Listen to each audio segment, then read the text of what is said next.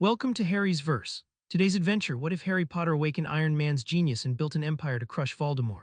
If you haven't already, smash that subscribe button and ring the bell so you never miss a story. Now let's begin. Chapter 1: The Genius Wakes. The dream was the graveyard again, and then it wasn't. It started the way it always started since June. The cold marble, the rope around his arms, Cedric's body folded on the grass like something dropped and forgot. Wormtail's knife, the cauldron, the pale shape rising out of the steam with a face built from a nightmare. Harry had relived it 40 nights running, and 40 nights running it had ended the same way, with his own scream waking him into the dark of the smallest bedroom at number 4 Privet Drive. This night it broke. He was still in the graveyard, still bound, still watching the steam coil, when something opened behind his eyes like a second pair of them. It did not feel like a spell. It felt like waking up inside a room he had lived in his whole life and only now noticing it had a door. The fear was still there, the grief was still there, heavy as a wet coat, but underneath them, sudden and total, came a thing he had no word for yet: clarity. He looked at the cauldron in the dream and for the first time did not see a monster's birth, he saw a process. Input: bone, flesh, blood, a reaction vessel, a catalyst spoken in a dead man's voice. A thermodynamics he could almost write down. The horror of it did not lessen, but it stopped being weather, something that simply happened to him, and became a mechanism, something with parts, and parts could be understood, and anything that could be understood could be taken apart. Harry woke without screaming. He lay flat on the narrow bed and stared at the ceiling, and his mind would not stop. It was running. It had been running, he understood now, for the entire dream, the way an engine that has been turning over finally catches and roars. Thoughts arrived faster than he could feel them, layered, branching, each one trailing 3 more. He sat up.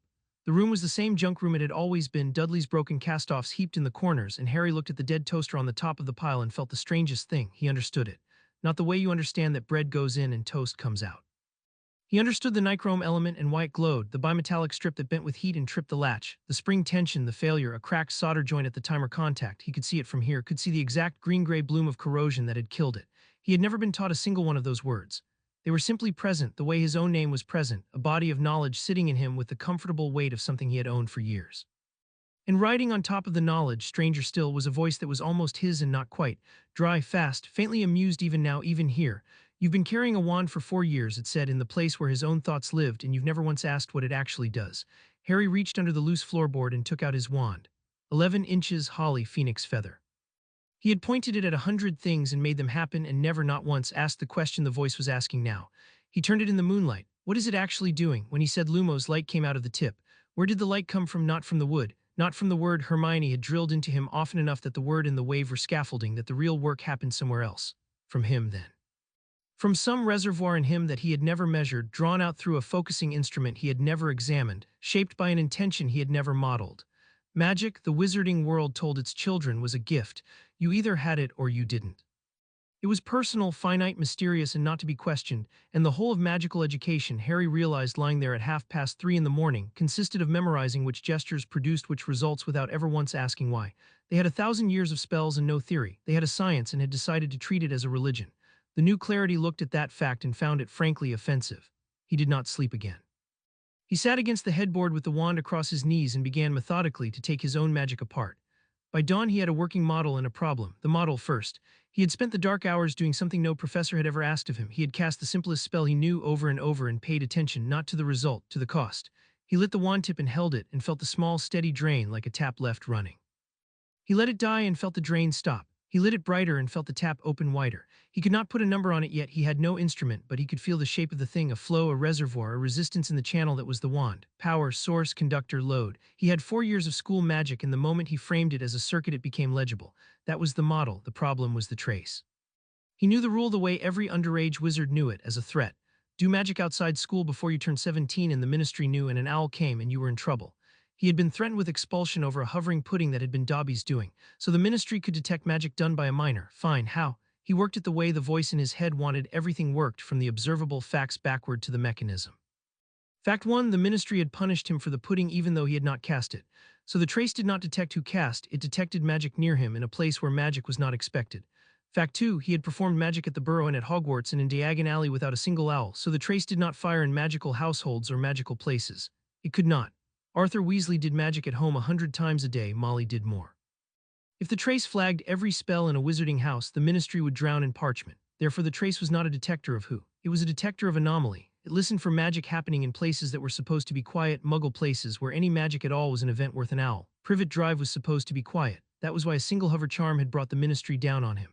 But Privet Drive was not quiet, and that was the exploit. He had lived here 14 years and the house had soaked it up. His own accidental magic as a child, the protections his mother's blood had anchored here, the residue of every owl and every visitor and every fit of underage temper that had inflated his aunt or shattered the glass at the zoo.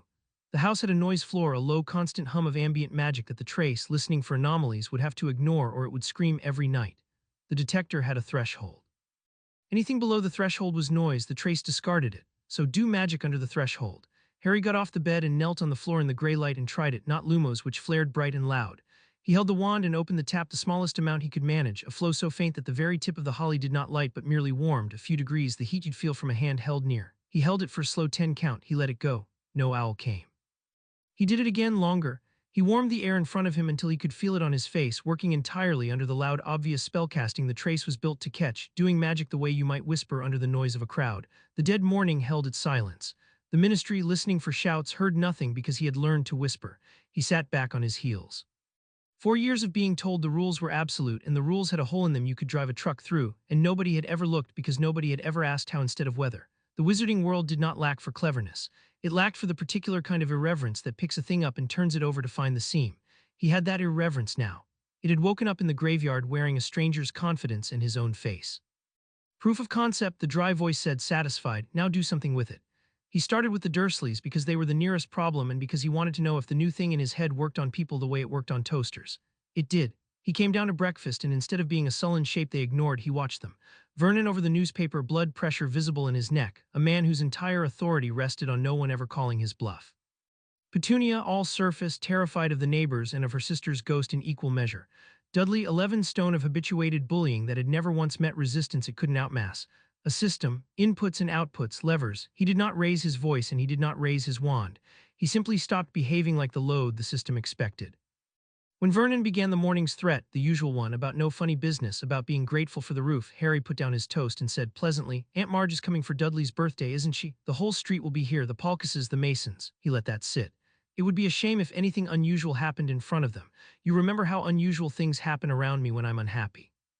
It was a bluff in part. He had no intention of doing anything that would bring the ministry, and now that he understood the trace he knew exactly how careful he'd have to be, but Vernon didn't know that. Vernon only knew that this nephew, who for 14 years had flinched, was not flinching and was smiling, and had just gestured with one hand at the kitchen window in a way that suggested he could do something to it.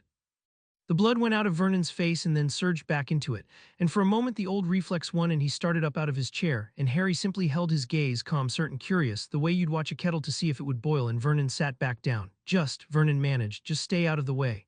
Happily, said Harry. He went back to his toast. He had moved the equilibrium of the household 3 feet in one sentence, and he had done it with information and confidence and not a drop of magic, and that, the voice noted with real pleasure, was the more interesting result. Magic was a tool, people were system, he could work both. The grief came in the afternoon unannounced, the way it had every day. He was in the back garden under the pretense of weeding, and the image of Cedric on the grass arrived and sat on his chest the way it always did. He let it, he had decided sometime in the gray hours, not to argue with it. It was real and Cedric had been real and the boy had died because he, Harry, had said take the cup together in a moment of decency that Voldemort had used as a door. But the new clarity would not let him only drown in it. It took the grief and turned it over and looked for the seam and found one. You were a passenger, it said, in the maze, in the graveyard, in your own life. Things happened to you and you reacted. Dumbledore moved you, the ministry moved you, Voldemort moved you. Cedric died because you were the kind of person things are done to. He knelt in the dirt and let that be true. One beat, he let himself feel exactly how much he hated it. Then he stood up and the grief was still there, but it had a use now. It was fuel. Never again, he thought, and he was surprised to find the thought came in his own voice and the stranger's at once, indistinguishable, 2 metals poured into one mold. Never again the passenger. He was done being moved. He was going to start moving things. The Dementors came on the 8th of August and they came for Dudley. Harry felt the temperature drop before he saw them, felt it as data first, an anomaly, the August evening shedding heat far faster than radiation and convection could account for, which meant something was absorbing it, a sink. And there was exactly one thing he knew of that fed on warmth and joy and produced cold. He had Dudley by the collar and was moving him into the underpass before the boy had finished his first stupid taunt. And then the streetlights died one by one down Magnolia Crescent and the stars went out and Harry's own happiest memories began dutifully to drain away. He had been thinking about Dementors for a week, because the model in his head could not leave any phenomenon unexamined, and a creature that ate joy and produced cold and could only be fought with a memory of joy was fascinating. He had worked out, lying awake, what the Patronus actually was, and now in the freezing dark with 2 of the things sweeping down the underpass toward a whimpering Dudley, he found out if he was right. A Patronus, the standard instructions said, required a single powerful happy memory held in the mind, projected through the wand with the incantation. Most wizards could barely manage it. Lupin had taught him in 3rd year and it had nearly broken him to produce even a wisp. The instruction treated the happy memory as fuel, you burned it and the light came out, but that was wrong, or at least incomplete. Harry had noticed in third year that the harder he gripped a single memory, the faster it guttered, the way you choke an engine by flooding it. The Patronus was not a furnace that burned one memory, it was a feedback loop. You did not supply joy to the spell, you supplied it to yourself, and the spell amplified the state and reflected it back. And if you let the loop run instead of forcing it, it built on itself, joy producing joy, until the form stabilized and walked out of your wand under its own power. So in the underpass he did not grit his teeth and shove a single memory at the cold. He opened the loop. He thought deliberately not of one big moment but of the category of being free of all this, the future he had decided on that morning in the garden, a Harry who moved instead of being moved, and the sheer wild upward feeling of having a mind that finally worked, and he let the Dementor's cold be the thing the loop pushed against, let the contrast feed it, and he said expecto patronum almost gently the way you ease a throttle open. The stag came out of his wand like sunrise. It came out whole and bright and enormous, not a wisp, not a shield, a living thing of white fire that filled the underpass and threw the two Dementors back against the far wall and then ran them down. They fled. They actually fled up and out and away over the rooftops, and Prong stood in the underpass turning the dark back to August, and Harry stood under it with his heart going like a hammer and a grin he couldn't have stopped if he'd tried. It had worked. The model had worked. He had taken a thing the entire wizarding world treated as a matter of willpower and raw talent, had found the mechanism underneath it, and had produced on his first deliberate attempt a corporeal Patronus brighter than anything Lupin had managed in front of him. Not because he was stronger, because he had understood the loop and the others had not. Dudley was a heap on the ground, gibbering. Harry hauled him up. "You're fine," he said, not unkindly. "You'll feel sick for an hour, walk." And as he half-carried his cousin home, the part of his mind that never stopped was already 3 steps past the victory and onto the implication, and the implication was enormous. If the Patronus worked because of a mechanism, then so did everything. Every spell in the world was a mechanism wearing a costume of tradition. The wizards had 1,000 years of working magic and exactly 0 understanding of why any of it worked, which meant the entire field was unexplored. It was not a finished thing handed down by the ancients. It was a frontier that every single witch and wizard had walked up to the edge of and then declined to cross. He was going to cross it. The owl about the Dementors arrived, and then the owl about his expulsion, and then, because he had spent 2 days quietly mapping exactly which strings to pull, a third owl rescinding the expulsion and granting a hearing. He read all 3 with the detachment of a man reading another company's quarterly report. The ministry's response had been slow, contradictory, and procedurally sloppy, and somewhere inside it Dumbledore's hand had moved to protect him. He noted the hand. He noted that once again he had been moved, save this time, but still a piece, still a passenger. He was getting very tired of being a passenger. In the days between the Dementors and the Order, Harry did not waste an hour because the clarity would not let him, and because he had begun to understand that the summer was a window that would close the moment anyone with power started paying attention to him. He turned the smallest bedroom of number 4 into a laboratory of 1. He had no instruments worth the name and no materials beyond what a fortnight of careful, unremarkable shopping could buy without raising a Dursley eyebrow. So he worked with what he had, the wand, the noise floor of the house, and a mind that refused to stop. He mapped the limits of under-threshold casting until he could do real work in total silence, warming, cooling, moving small objects a fraction of an inch, all beneath the trace's notice. He took apart in his head every spell he had ever been taught and found in each the same thing he had found in the Patronus, a mechanism wearing the costume of an incantation, a process that worked for reasons no one had bothered to record. He filled the back pages of his school books with diagrams in a hand that grew surer by the day, the geometry of a discipline that did not yet exist and that he was, page by page, beginning to invent. And he tested his second hypothesis, the one about people, on the only subjects available. Dudley had come back from the underpass changed, quieter, watchful, prone to flinching at cold, and Vernon and Petunia had blamed Harry, of course, and there had been a scene, the old kind, Vernon purpling and shouting about the abnormality he'd brought into a decent house. And Harry had simply stood in the kitchen and let it run its course and then said, conversationally, the thing that attacked Dudley feeds on fear and despair. There are more of them, they go where there's misery to eat. He had let that sit, watched Vernon's certainty waver. A happy house is a quiet house as far as they're concerned. A house full of shouting and resentment is a banquet, so if you'd like to never see one again, you might consider that the abnormality in this house was never me. It was not quite true, Dementors did not work like that, not exactly, but it was true enough to be unanswerable, and it reframed 14 years of cruelty as a strategic error, and Vernon, who could not argue with a thing he did not understand, subsided into a sullen silence that lasted the rest of the summer.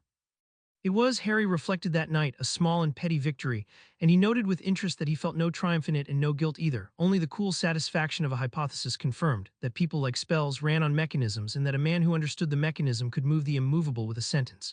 He was not cruel about it. The cruelty had all run the other way for 14 years, and he found he had no appetite to return it. He simply wanted to understand and to stop being moved, and to begin quietly in a small bedroom on the back pages of his school books to move things instead. The summer was teaching him that the whole world, magical and mundane, was a machine that no one had bothered to read the manual for, and that he was apparently the first person in a very long time to pick the manual up. The order came for him on a windy night at the end of the week, a clatter of broomsticks in the back garden, a knot of strangers and half-strangers, Mad-Eye Moody's eye spinning, a pink-haired young witch knocking over the umbrella stand, Lupin gray and kind. They had a plan, they were proud of the plan. Harry stood in the kitchen with his trunk packed and listened to them explain the plan and felt with a sinking lack of surprise that the plan was amateur. They were going to fly him across London at night in a loose formation, depending on a cloud cover that the weather charm could not guarantee, with no contingency for pursuit beyond scatter, with a signal system that relied on a single point of failure, and with Mundungus Fletcher in the formation, a man Harry had met for 90 seconds and already classified as a liability.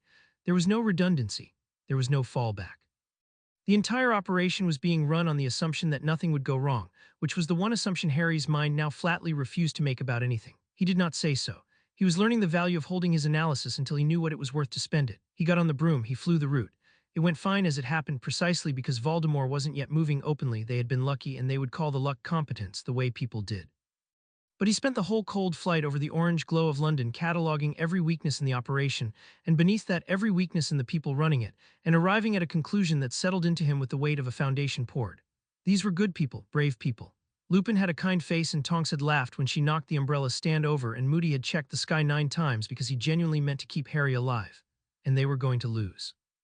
Not because they lacked courage, they had courage to spare. Courage was the one resource the good side never ran short of and spent like water.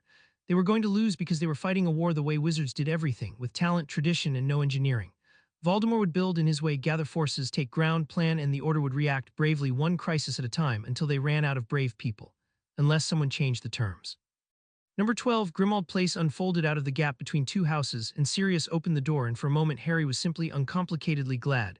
His godfather looked better than he had, still gaunt, but the haunted thing in him had quieted. He pulled Harry into a hard hug in the hallway under the row of mounted elf heads, and Harry let himself have it, one warm beat in a cold week, and meant it.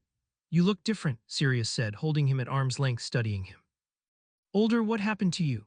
"I started paying attention," Harry said.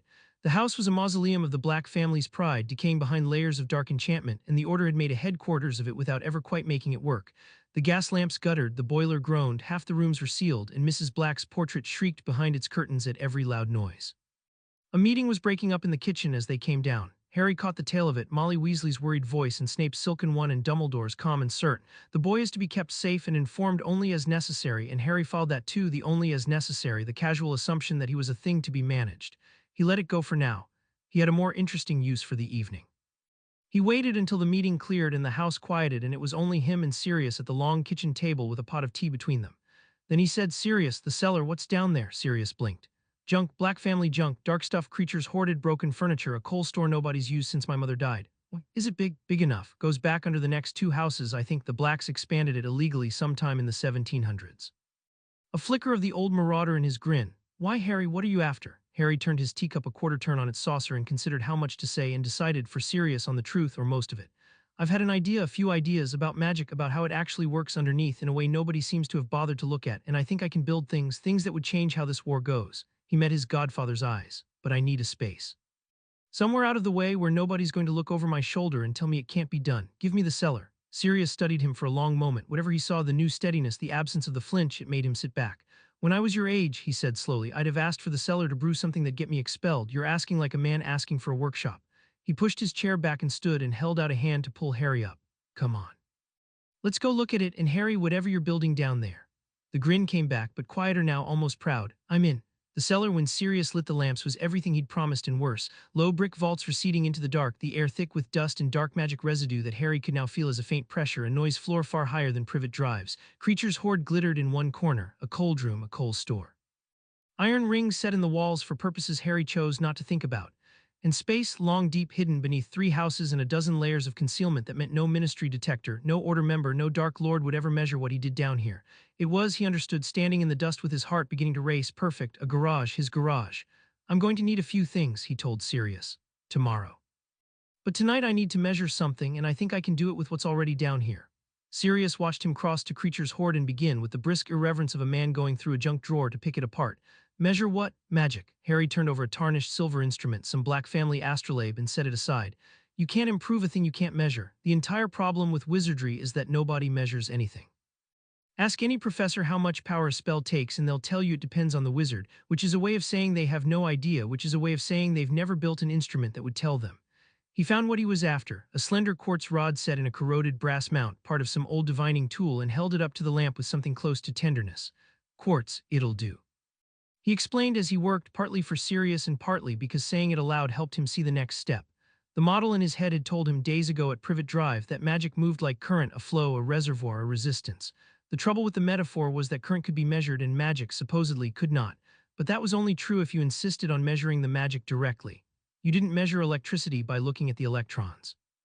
You measured what it did, the deflection of a needle, the heat in a wire, the glow of a filament, and you calibrated backward. So Harry did not try to measure magic. He built a thing that magic would change in a way he could see. He warmed the quartz rod over a lamp until it was almost too hot to hold, then suspended it from a thread tied to an iron ring in the ceiling so it hung free and turning in the still cellar air. Quartz, the body of knowledge in his head supplied without being asked, was piezoelectric and faintly responsive to magical flux. Every divining rod in history had been quartz or close to it, and no diviner had ever once asked why. When magic passed near it, the rod would gain a charge. The charge would make it twist on its thread, seeking alignment the way a compass needle seeks north. The angle of the twist would be proportional to the flux. A needle, a gauge. A magic meter built from a dead man's astrolabe and a length of thread in 20 minutes by a 15-year-old who an hour ago had not known he could. Cast something, he told Sirius. Anything, hold it steady. Sirius, bemused, lifted his wand and lit it. Lumos. The quartz rod twisted on its thread and stopped at an angle and held there, trembling faintly, exactly as Harry had said it would. He crouched to read it against the brick, marking the angle with the pencil. Now brighter. Sirius obliged, and the rod swung further, and Harry marked that too, and for the first time in the thousand-year history of magic, a wizard had a number crude, uncalibrated, but real and repeatable for how much power Lumos cost. He felt the moment land in him like a key turning. Everything followed from this. You could not engineer in the dark. With a gauge, the dark turned into a workshop. With a gauge, every spell in the world became a thing with a measurable cost and a measurable output, and the ratio between them became a number you could improve, and improvement was a road, and the wizarding world had never set foot on it because no one had thought to build the gauge. Sirius let his wand go dark and looked at the little twisting rod and then at his godson, and there was something careful in his face now, something that was not quite alarm and not quite awe. Harry. In 200 years in this house, with every dark wizard and brilliant lunatic the Black family ever produced living in it, nobody made that. I know, Harry said. He was already looking past the rod into the dark of the vaults, seeing the bench he'd build and the racks and the first crude furnace. That's what I keep telling you, nobody ever looked. He found a stub of pencil in his pocket, and for lack of anything else, the back of the ministry's expulsion and then not letter, and he knelt on an overturned crate and began to draw. The thing in his head had been waiting all week for a flat surface. It poured out now ahead of his hand, faster than he could render it. A ring, and inside the ring a lattice of runes he was half inventing and half remembering from a body of knowledge he had never been taught, a geometry for catching ambient magic and holding it, a reservoir that was not a person, a power source decoupled from any caster, a thing the wizarding world swore on 1,000 years of certainty could not exist. An Arcroon, the first one. Drawn in pencil on the back of a ministry letter by lamplight in a cellar under London. Sirius leaned over his shoulder and looked at the strange, clean diagram blooming across the official parchment, the runes that matched no system in any book he'd ever seen. That's not ancient runes, he said. That's not anything. Harry, where did you learn to draw that? I didn't. Harry finished the outer ring and sat back on his heels to look at it. It's just true. I can see that it's true the way you can see that 2 and 2 is 4. I'll have to prove it works. I'll be wrong about some of the geometry. The first one will probably melt, but the principle is sound. He tapped the center of the lattice with the pencil. Wizards believe magic is personal, that it lives in the witch, that it's finite, that when you're tired you're done. They believe it so hard they've never tested it. This, the tap again, is a reservoir. It catches magic out of the air, the ambient stuff, the stuff this house is drowning in, and it holds it, and it gives it back on demand to anyone, no wand required. A battery. Magic you can store, magic you can carry, magic that doesn't care how strong the person holding it is. Sirius was quiet for a moment. He was not a stupid man, whatever Azkaban had done to him, and Harry watched him follow the implication to its end the way a man follows a lit fuse to the barrel. If that's real, Sirius said slowly, then a squib could fight, a child could, you could power a ward forever off the air, you could, he stopped. Merlin, the things you could build. Yes, said Harry, and the single dry syllable carried the whole future in it. He stood, and the cold of the cellar seemed to recede a little, and he looked at his godfather across the lamplit dust and decided to say the rest of it, the part he had been assembling all week without quite letting himself look at it directly. Sirius, I've watched how this war is being fought. The Order is brave, everyone's brave. And we're going to lose because we're fighting Voldemort the way wizards fight everything, one duel at a time, one hero at a time, hoping the right person is in the right place when it matters. Cedric was brave, it didn't save him. My parents were brave, it didn't save them. His voice did not shake, he had spent the grief and what was left was iron. Bravery isn't a strategy. It's a resource and the good side spends it like water and runs out because there's only ever a few of us in a sea of them, and we keep meeting them on their terms wand against wand, where the strongest and the cruelest wins. Voldemort is the strongest and the cruelest. On those terms he always wins. So you change the terms, Sirius said. It was not a question. He had heard Harry say it about the flight from Privet Drive, and he was beginning, Harry could see, to understand that his godson meant it as a law. So I changed the terms. Harry gestured at the diagram, at the dark vaults, at the whole hidden cellar that was about to become something the wizarding world had no name for. I don't fight him with a braver wizard. I fight him with 100 drones that never tire and never feel fear and cast in perfect unison. I fight him with armor that shrugs off a killing curse. I fight him with wards that run forever off the air and weapons that don't exist yet, and an intelligence that never sleeps in a supply line he can't even imagine, let alone break. I don't outduel him, I outbuild him. He's a genius, serious in his way, but he's a genius of an old, finished thing, and he spent 50 years getting better at a game I'm about to stop playing. He looked down at the Arcroon, the first small impossible thing drawn on the back of the Ministry's own letter. He thinks he's going to face a boy with a wand. He's going to face a war machine. He just doesn't know it yet. Sirius let out a long breath, and somewhere in it was a laugh, and somewhere in it was the first cold edge of belief. James would have loved you, he said. He'd have understood about 1 word in 5 and loved you anyway. He clapped a hand on Harry's shoulder, and his grip was firm, and his eyes were wet and bright at once. Make your list. Whatever you need, gold, materials, books out of the Black Library, a name to front it, you'll have it. The vault's yours, the house is yours, I'm yours. Build your future, Harry. The marauder grin came back, fierce now. And then let's go and ruin his. Harry looked at the diagram one last time and then up at the dark of the vaults that would not be dark for long, and felt the two metals in him, his own grief and the stranger's relentless certainty, finish pouring into a single shape that would not crack. The future, he said quietly to the cellar and to himself. Let's get to work. Chapter 1 and Chapter 2, Tech Meets Magic. The first Arcroon melted. Harry had told Sirius it would, and being right about a failure was still a failure, and he stood over the slag of it on the workbench at 4 in the morning and felt nothing but interest. The ring of silver wire he'd laid the runes into had held the ambient magic for 9 seconds. He'd timed it against the quartz gauge, which now hung over the bench on a proper brass arm he'd machined himself. And then the lattice had reached some threshold he hadn't predicted, the stored flux had run away in a feedback cascade, and the whole assembly had gone from cold to white-hot in under a second and puddled into the firebrick. 9 seconds, he wrote it down. He had built a thing that did the impossible for 9 seconds, which meant the impossible was real and the only remaining problem was engineering. And engineering was a problem he now found he loved the way other boys loved Quidditch. The failure mode told him what he'd done wrong. He designed the lattice to catch magic and hold it, and he'd been so pleased with the catching that he hadn't built a governor, anything to limit the inflow once the reservoir was full. A battery with no charge controller. It had simply kept drinking until it burst. The fix was obvious in hindsight, which was the most useful kind of obvious. A regulator rune, a notch in the geometry that bled excess flux back out into the air once the cell reached capacity, so the thing breathed instead of drowning. He redrew the lattice. He had filled 4 pages of a black family ledger with iterations already, each one labeled and dated, the whole history of a technology being born in a child's careful hand. Version 5 had the governor. He laid the silver wire fresh, etched the runes with a heated needle and a steadiness that was not entirely his own, seated a sliver of the quartz at the heart of it as a sensing element, and fed it the first trickle of power off his own wand to wake the lattice up. The Arcroon lit. It was not dramatic.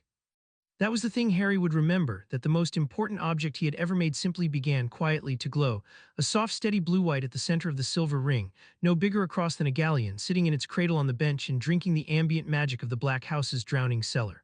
The quartz gauge swung over and held. He watched it for 1 minute, for 10, for an hour as the gray of dawn leaked down the cellar stairs, and the glow did not waver and the silver did not heat, and the governor breathed out the excess in a faint warmth he could feel with the back of his hand. A reservoir of magic, decoupled from any living thing, charging itself from the air, stable. He disconnected his wand. The Arcroon kept glowing. It was running now on what it pulled from the room, and it would keep running, he understood, for as long as the room had magic to give, which in this house was forever. He had cut the cord between power and person that every witch and wizard in history had believed was uncuttable. He sat down on the workbench stool and looked at the small blue light and let himself feel, for exactly 1 beat, the size of what he'd done. Then he reached for the ledger and started designing the next one, because a single Arcroon was a curiosity, and what he wanted was an industry. By the time Sirius came down with 2 mugs of tea, blinking and unshaven, Harry had 3 more on the bench in various stages and a wiring diagram for a thing he was calling, for lack of a better word, a bus, a way to run power from a bank of Arcroons through enchanted silver tracing to anywhere in the house that needed it. You didn't sleep, Sirius said. It wasn't a question either. I'll sleep when there's nothing more interesting to do. Harry took the tea, which at the current rate is never. Sirius, sit down, I want to show you something, and then I want to ask you for the most boring favor anyone's ever asked you. Sirius sat. Harry picked up the first arcroon, the stable one, in a pair of brass tongs, and carried it to the dead gas lamp on the cellar wall, the one that had guttered and died years ago that the Order's repair charms couldn't keep lit because the house's own dark magic kept fouling them. He touched the arcroon to the lamp's bracket, spoke a single word to bridge them, and the lamp came on. Not the sickly green-yellow of the gas. A clean white light, steady as electric, brighter than the cellar had been in 50 years, and it stayed on when Harry took the arcroon away because he'd left a smaller cell seated in the bracket to feed it. Sirius looked at the lamp. He looked at it for a long time. "That lamp," he said, "has been dead since before I went to Azkaban. My mother screamed at 3 different repairmen about it. Dumbledore looked at it. Flitwick looked at it. They all said the house wouldn't let it light." "The house wouldn't let their magic light it," Harry said. "Their magic was personal, so the house's magic fought it like an immune system. This doesn't fight. It's not anyone's magic. It's just magic sitting in a battery doing what I tell it." He gestured up the stairs at the whole groaning, half-dark mausoleum above them. "That's the boring favor. I want to wire the house, all of it. Lights, the boiler, the wards, the kitchen, every dead and dying enchantment in this place I want to pull out and replace with arc power. It'll take me a week, and by the end of it I'll have tested the technology at the scale of a building instead of a workbench, and you'll have the only house in magical Britain that actually works." He sipped the tea. "Also, creature will hate it, which I consider a feature." Sirius started to laugh, and the laugh had something loose and delighted in it that Harry hadn't heard from him before, the sound of a man who had spent 12 years in a cell and another year in a house that hated him suddenly being handed the keys to make it his. "Wire the house," he said. "Merlin, yes, wire the whole damned house." It took 9 days, not 7, because Harry insisted on doing it properly, which meant building the tools to build the tools, a better etching rig, a small furnace that ran on its own arcroon so he wasn't dependent on creatures' coal, a set of standardized cells so that anyone could be swapped for another. He was not, he reminded himself whenever the impatience rose, building a single magic light. He was building a manufacturing process.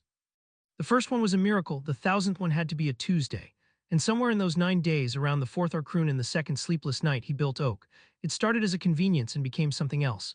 He was running power to half a dozen rooms and tracking the load on each, and he was tired of climbing the stairs to read gauges, so he wired the gauges together and gave the network a voice. The voice needed somewhere to live. The house was full of enchanted portraits that did nothing but insult passers-by. Harry took the cracked hall mirror instead, a tall spotted Georgian glass that had hung dead and silvered over for a century, and into its frame he wove a lattice that was not quite a portrait enchantment and not quite anything that had a name, a thing that could hold the state of the house, read its own censors, and answer questions. He seeded it with the contents of 3 of the Black Library's least insane reference books and the entire run of his own ledger, so that it would think insofar as it thought at all the way he thought. He woke it at 2 in the morning on the 7th day. The mirror cleared of its silver fog, and a soft gray light moved in its depths, and a voice came out of it, dry, precise, unhurried, with a faint and entirely unintended echo of his own internal stranger. "The cellar bank is at 91% of capacity," it said, without being asked.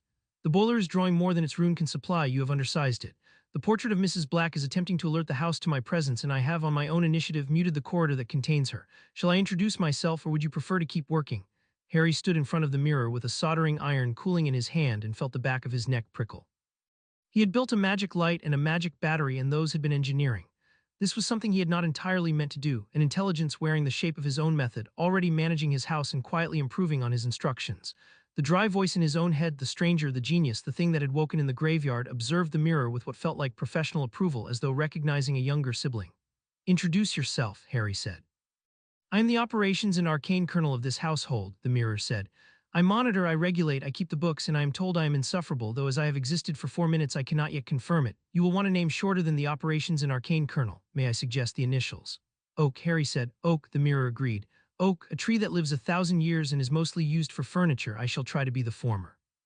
A pause, and then, in a tone Harry could only describe as wry, "You have not slept in 31 hours, you have a hearing at the ministry in 9 days that you have not prepared for, and there are 2 people on the doorstep arguing about whether to knock. One of them has red hair, the other is reading the door's enchantments and is about to detect mine. I would let them in." Hermione detected the enchantments before she reached the bottom of the cellar stairs. Harry heard her stop halfway down, heard the sharp intake of breath, and knew exactly what had happened. She had felt the arcroons the way he felt them now, a steady pressure that did not belong to any caster, and her entire mental model of magic had just been handed a problem it could not solve. He'd been waiting 9 days to watch someone clever meet his work. He was not disappointed. "That's not possible," Hermione said, coming off the last step into the lamplit, humming, transformed cellar, the workbench, the racks of glowing cells, the brass gauges, the bus lines of silver tracing climbing the walls, Oak's gray light pulsing faintly in a slave mirror by the stairs. She turned in a slow circle, and Harry watched her catalog it, watched the precise, furious machinery of her mind try to file what she was seeing and fail. Harry, this sustained enchantment requires a caster or a sacrifice or a binding to something living. That's first principles, that's in Batholda, that's in every theory text ever written. Magic doesn't just sit in a what is that? What's holding the charge? Ambient flux, Harry said. The lattice catches it out of the air and the governor keeps it from running away. The texts are wrong, Hermione, not lying, wrong. They wrote down what they observed and called it a law, and nobody ever built an instrument to check, so the observation became a wall, and everyone's been politely not walking through the wall for 1,000 years. He handed her the quartz gauge. Cast something, watch the needle. I'll show you there's a number under all of it, and the moment there's a number, it stops being magic and starts being engineering. Ron came down the stairs behind her, took one look at the glowing cellar and the talking mirror and his best friend standing in the middle of it like he'd been born there, and said, "Blimey." He said it again, quieter, and then he sat down on the bottom step, and there was something in his face that Harry had learned to watch for. Not the awe was easy. The other thing. The small flicker of a boy who had grown up the sixth of seven in a hand-me-down house, looking at infinite clean light and infinite power, and doing a sum about what it would have meant to have had even a little of it. "Harry," Ron said, "what is all this? What are you actually doing?" Harry looked at the two of them, Hermione already running the gauge through its third spell, scribbling on her own forearm for lack of parchment, halfway converted by the simple tyranny of a repeatable measurement. Ron on the step, anchored and wary and asking the human question, the one Hermione hadn't thought to ask. He decided, as he had with Sirius, to tell them the truth because he was going to need both of them, and people built things better when they understood what they were building. "I'm ending the war," he said, "not the way the Order's trying to. They're going to fight Voldemort one brave wizard at a time until there are no brave wizards left. I'm going to outbuild him. Everything you're looking at is step one." He nodded at the racks of cells. "Power, you can't build anything without power, and I've got a house that makes it for free. Step two is using it. And for that I need a researcher who doesn't take impossible for an answer." Hermione's head came up. "And I need someone who keeps me honest, who tells me when I've stopped thinking about people and started thinking about systems." He looked at Ron. "Because I will, it's the failure mode. I'll optimize the whole world into a machine and forget that the people in it can't be optimized. I need someone who'll grab my arm when I do." Ron looked at him for a long moment. "That's the job," he said. "Telling you when you're being a git. That's the most important job in the building," Harry said, and meant it. A slow grin spread across Ron's face. "Yeah," he said, "all right, I can do that. I've had loads of practice." He stood up off the step and came into the light, and Hermione was already 3 questions deep into the Governor rune, and Oak's gray glow pulsed in the slave mirror, and Harry felt the shape of the thing he was building gain its first 2 human supports, and knew it would hold better for them. Dumbledore came on the 11th day. Harry had known he would. You could not light a house that the headmaster of Hogwarts had personally declared unlightable, could not wake a kind of intelligence that registered to anyone sensitive as a new presence in the world, and expect the most perceptive wizard in Britain not to notice. Oak announced him at the door. "An extremely powerful enchantment has just arrived on the step, attached to an old man who tastes of lemon and secrets. I would describe his magic as the most disciplined I have measured, which is a compliment and a warning." And Harry went up to meet him in the drawing room rather than let him come down to the cellar, because the cellar was his and he was not ready to let Dumbledore stand in it. The old man looked tired.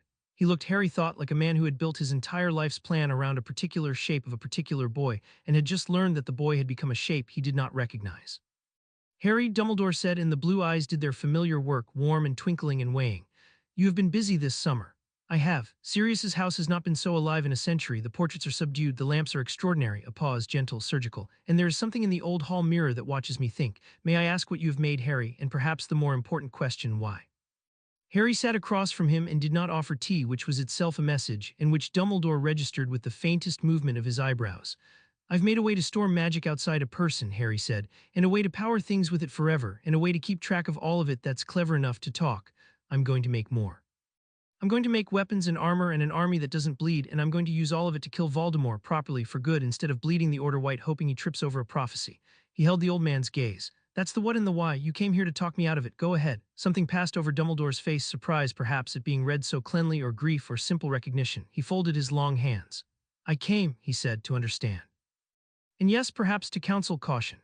Harry, in a long life I have watched a great many brilliant people reach for power because they were certain, truly, sincerely certain that they would use it well. I was one of them once. I learned at a terrible cost that the having of power changes the one who has it, that the tool reshapes the hand. You speak of an army that does not bleed, but the wizard who commands it will still bleed on the inside in the place where his restraint used to be. Power without wisdom is dangerous." "Yes," Harry said. "I've read the speech. It's a good speech. Here's the problem with it." He leaned forward. "Wisdom without power is just an apology you give afterward. You're wise, Professor, the wisest man I've ever met. And in 15 years your wisdom has buried my parents and Cedric, and it's going to bury a great many more, because wisdom that can't act is just a beautifully reasoned account of why you lost. You want me to be restrained." I am being restrained. Restraint isn't refusing to build the weapon. Restraint is building the best weapon you possibly can and then choosing every single day exactly where to point it. The first is cowardice with good PR. The second is hard. I'm choosing the hard one. The room was very quiet. Outside, faintly, a lamp that had not worked in 100 years burned clean and white in the hall. You are not wrong that wisdom without power fails, Dumbledore said at last, slowly, and there was no twinkle in it now, only an old and genuine weariness. I have felt the truth of that more nights than you have been alive, but you are young, Harry, and you have not yet learned the other half that power without wisdom does not merely fail, it succeeds.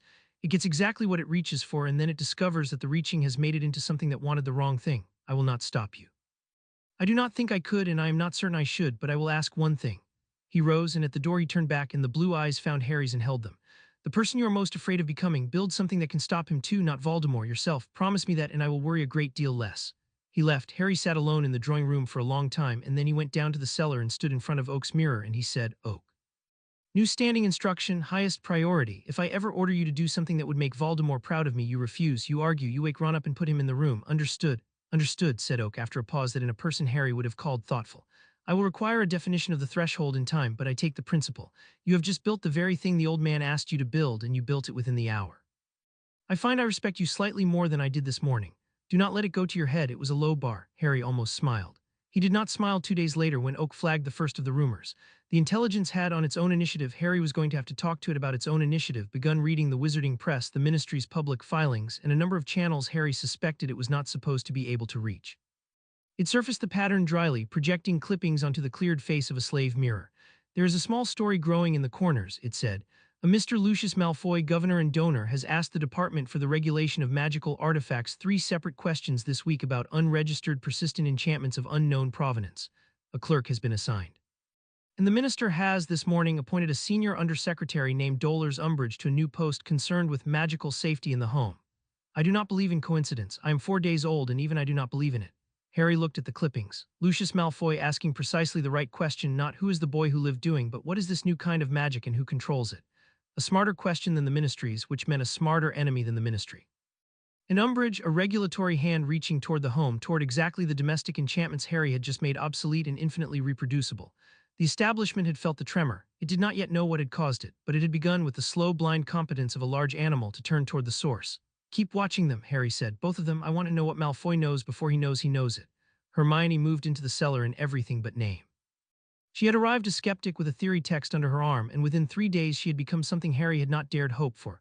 A true collaborator, the only person he had ever met whose mind, pointed at a problem, ran as relentlessly as his own, slower in the leaps but surer in the proofs, catching the errors his speed skated over. He gave her the quartz gauge and a fresh ledger and a single instruction. Measure everything, every spell you know.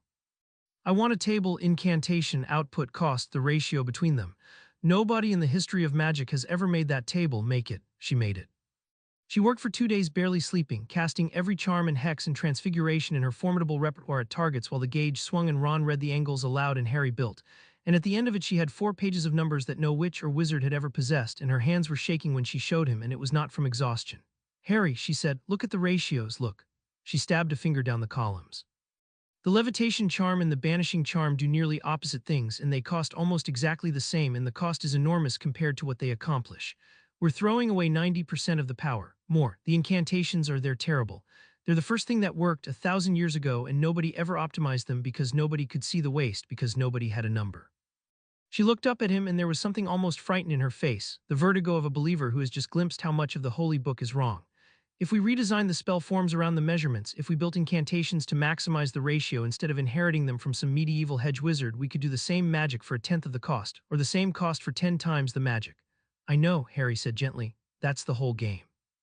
The wizarding world isn't weak because magic is weak. It's weak because its engineering is 1,000 years behind its physics. We're going to fix the engineering.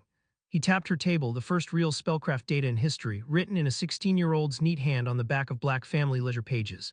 Start with the combat spells, the disarming charm first. I want to know exactly what it costs and exactly what it does, because I'm going to build a thing that casted 10,000 times an hour and I want it efficient.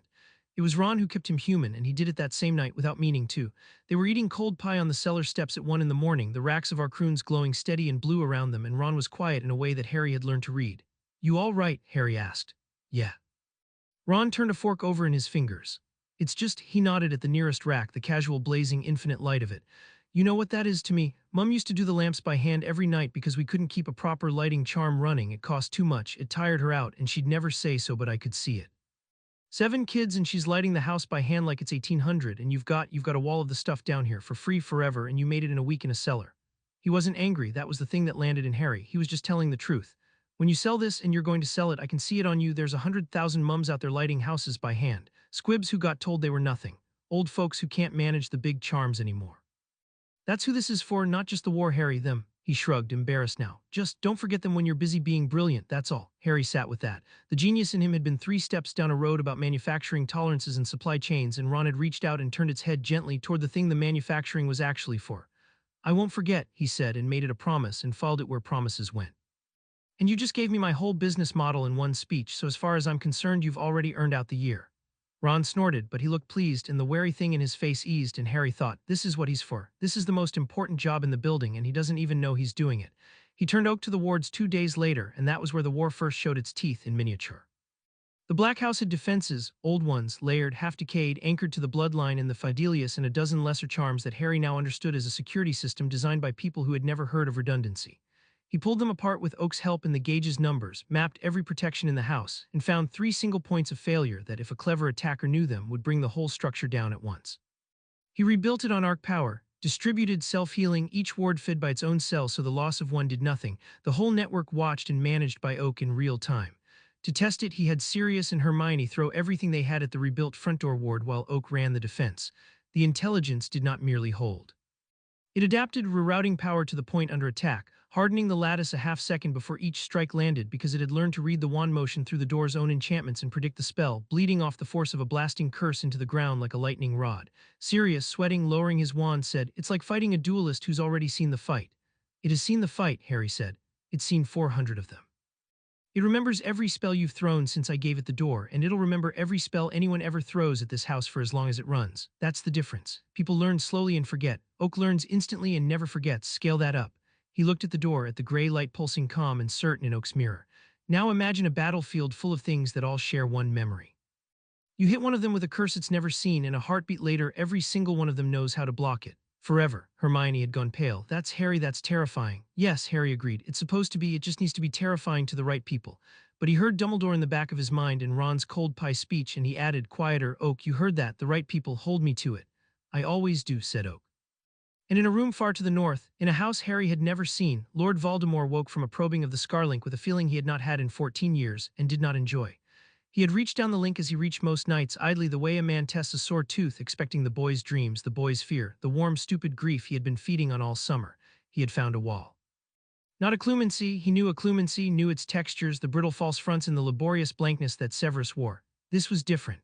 This was a mind that had been reorganized, not shuttered, but rebuilt, partitioned into clean, cold compartments behind which something moved with a purpose he could not read, a discipline that did not feel like a 15-year-old's at all. He pressed harder. The wall held, and worse, it noted him. He felt the boy's attention turned down the link toward him, curious, measuring, the way one might examine an insect that had landed on a window and then deliberately close a shutter in his face. Lord Voldemort sat up in the dark. He had spent 14 years certain that the boy was a nuisance, a prophecy's empty vessel, a thing to be killed at leisure once the proper preparations were made. For the first time, that certainty developed a hairline crack. Something had happened to Harry Potter over the summer. Something had changed him into a thing the Dark Lord's most reliable instrument, his own mind, pressed against the boy's, could no longer open. "Severus," he said softly to the dark, to the empty room, making a note for the morning. "I think I should like to know what the Potter boy has been doing this summer, all of it." He lay back down, displeased, and did not sleep either, and in this at least the two of them were, that night, exactly alike. The drone was the hardest thing Harry had attempted, and it was hard for a reason that delighted him. It forced him to solve, in a week, 3 problems the wizarding world had declared unsolvable and then stopped thinking about. The first was animation. Wizards could animate objects, suits of armor walked the halls of 100 old houses, chess pieces fought, broomsticks flew, but the animations were dumb, scripted, a single instruction looped forever because the magic that moved them carried no capacity to decide. The second was casting. An animated thing could swing a sword because a sword was a lever, but no one had ever built a construct that could cast a spell, because casting required intention and intention required a mind, and minds did not come in brass. And the third was the one that mattered most and frightened Hermione the most: coordination, the thing that would turn a clever toy into an army. Harry solved all 3 with the same insight, and the insight was Oak. "It doesn't need a mind," he told Hermione, bent over the half-built construct at 2 in the morning while she read over his shoulder with the particular intensity she brought to things she was certain couldn't work. That's where everyone got stuck. They tried to put a mind in the object, and you can't. A mind's not a thing you can forge, but it doesn't need its own mind. It needs a piece of one. Oak has a mind, a real one, distributed across the lattice, and the lattice doesn't care about distance. So I don't build a thinking machine. I build a body and a hand and an arcroon to power it, and the smallest possible sliver of oak to live in it, just enough to receive an instruction and execute it and report back. The thinking happens in the lattice, the body just acts. He seeded the sliver of quartz that would be the drone's connection to the whole. Intention's the trick for the casting. A wand needs a will behind it, so the will comes down the link from oak in real time. The drone doesn't decide to cast the disarming charm. Oak decides for all of them at once, and the drones are just the hands. Hermione was quiet for a long moment, and when she spoke her voice had the careful flatness of someone working very hard to stay rational about something that scared them. So it's not 40 machines, she said. It's one mind with 40 hands. And if you build 400, it's one mind with 400 hands, and they all move together, and they all know whatever any of them learns the instant it learns it. She looked at the construct, at the cold dark thing taking shape on the bench. Harry, there's no defense against that. A wizard fights one opponent at a time because he has one mind and one wand. This fights everyone at once with one mind and 400 wands, and it never gets confused, and it never gets tired, and it never makes the same mistake twice because there's only one of it to make mistakes. Yes, Harry said. He did not soften it. She had earned the truth, and the truth was the point. That's exactly what it is. The wizarding way of war is 1,000 duels. I'm building a thing that doesn't duel, it does arithmetic. He looked up at her, and his face was steady. You're right to be frightened of it. I want you to stay frightened of it. The day either of us stops being frightened of this is the day we've become the thing we're building it to stop. But it's the only way to beat an army of fanatics who don't fear death. You don't outduel them, you outcoordinate them, you make their courage irrelevant by being a thing their bravery can't touch. He pressed the last connection home. Keep the fear, Hermione, just don't let it stop your hands. That's the whole discipline. That's the only one that matters. She held his gaze, and then she nodded slowly and picked up the next component and handed it to him without being asked, and that the choosing to keep building with her eyes open and her fear intact was, Harry thought, exactly the thing that made her the one person in the world he trusted at his shoulder while he made something terrible. Oak's gray light pulsed once in the slave mirror, taking in the construct, the sliver of itself that would soon wake inside it, the first body of the many it would learn to wear. I am ready when you are, Oak said quietly. I confess I am curious what it will be like to have hands. In the cellar under London near dawn, the thing Harry had been building in the corner for 3 days finally took its first breath. It was ugly. He'd make them beautiful later, for now it was function over form, a thing of articulated brass and salvaged iron and bone-white runic ceramic, roughly the size of a large dog, with too many joints and a single-faceted quartz lens where a head should be. He'd built it around an arcroon core and given it the smallest sliver of Oak's lattice for a mind, not intelligence, nothing like the mirror, just enough to follow a command and hold a formation and cast one simple spell with mechanical, tireless precision. A wand was clamped in its forward limb, salvaged from creature's hoard, a dead witch's 9 inches of view. Harry seated it with power, the quartz lens lit. The joints flexed, testing themselves one by one with small, precise movements, and the thing rose off the workbench floor onto 4 brass legs and stood swaying slightly, the lens swiveling to find him and lock on. Hermione had gone still beside him. Ron had stopped breathing. Oak's gray glow pulsed once in the slave mirror, the closest thing it had to a held breath. Raise the wand, Harry said quietly. The sentinel raised the wand, smooth, certain. No tremor, no fear, no hesitation, the gesture as clean as a diagram. It pointed the dead witch's yew at the firebrick target Harry had set against the far wall and waited, patient as a stone, for the order to fire. One drone, the first of 100. The first of 1,000, an army that would never tire and never break and never ever bleed, standing in the lamplight of a cellar under London waiting. Harry looked at it for a long moment, and the genius in him looked too, and for once they did not race ahead to the next problem. They simply stood, the boy and the stranger braided into one, and regarded the small, terrible beginning of the thing that was going to win the war. Hello, Harry said to it. Let's get you some brothers. Chapter 2 and Chapter 3, Building the Arsenal, the Aegis Mark. I nearly killed him on the 2nd of September. He had spent 3 weeks building toward it, and he had been arrogant, and the arrogance had a price, and he paid it at 11 o'clock at night with Hermione screaming his name in the cellar full of the smell of his own scorched hair. The principle was sound, he was certain of that even afterward, lying on the firebrick with his ears ringing and his left arm refusing to answer. Armor woven through with a skin-bound shield matrix, powered by a heavy arcroon at the sternum, runic plate that could turn a curse the way a tank's glacis turns a shell. The principle was perfect. The execution had a flaw in the power distribution that he had not caught because he had been moving too fast, and when he fed the suit its first full charge, the shield matrix and the kinetic plates had drawn against each other instead of together, and the feedback had thrown him across the cellar and slammed him into the far wall hard enough to crack 2 ribs in the wall both. He lay there and took inventory. Conscious, yes, breathing painfully. Left arm, a deep burn along the forearm where a plate had run molten. Pride, significant casualties. Don't move him, Oak was saying, calm as ever to a frantic Hermione. His spine is intact. I read the suit's telemetry through the fall. The arm is burned, but the artery is whole. Miss Granger, the Dittany is on the third shelf, the blue bottle, and Mr. Potter is about to tell you he is fine, which is a lie, but a survivable one. I'm fine, Harry said from the floor. There it is, said Oak. Hermione got to him with the Dittany and her hands were shaking, and her face was furious in the particular way of someone who has just been badly frightened. You tested an untested suit on your own body, Harry, on your own body, with a power source that could have stopped your heart, and you didn't tell anyone. You did it at 11 at night so no one would stop you. I did it at 11 at night, Harry said, wincing as the Dittany hissed against the burn, so that if it went wrong on me and not on the first person I sent out wearing it. He met her eyes through the pain. That's not recklessness, that's the opposite. I will never, ever put one of these on someone else until I've taken the worst it can do myself first. Every version, that's the rule. You can be as angry as you like, you're right to be, but that rule doesn't change. It took the wind out of her anger because she could see exactly true, and it was the kind of true that left no room to argue. She bound his arm in silence. When she was done, she said in a smaller voice, "You scared me. I know, I'm sorry." And he filed her fear where Ron's pie speech lived, in the small growing place that kept him from becoming only the machine. But now I know what's wrong with it. The distributions coupling the shield and the plates out of phase. I'll split the bus, run them on separate rails, gate them through Oak so they can't draw against each other. He was already, even flat on the floor with cracked ribs, redesigning it. She could see that too, and she made a sound that was half exasperation and half something warmer and helped him up. The Mark II did not throw him across the room. He built it over 10 days, and he tested it the same way, alone first, taking each escalation on his own body before anyone else came near it. A stinging hex, then a reductor, then with his heart in his throat and Oak monitoring every rune, a full-power blasting curse from Sirius at 10 paces. The curse hit the chest plate and the shield matrix flared white and shunted the force around him into the floor, and the cellars shook, and Harry stood inside the armor entirely unhurt with his heart going like a drum and a grin breaking across his face behind the faceted visor. Output absorbed and grounded, Oak reported. You felt that as approximately a shove. A man without the suit would have felt it as the end of being a man. The Mark II is sound. I would not yet take a killing curse in it. That is a different physics and I want a different solution. But against everything short of the unforgivables, you are now extremely difficult to kill.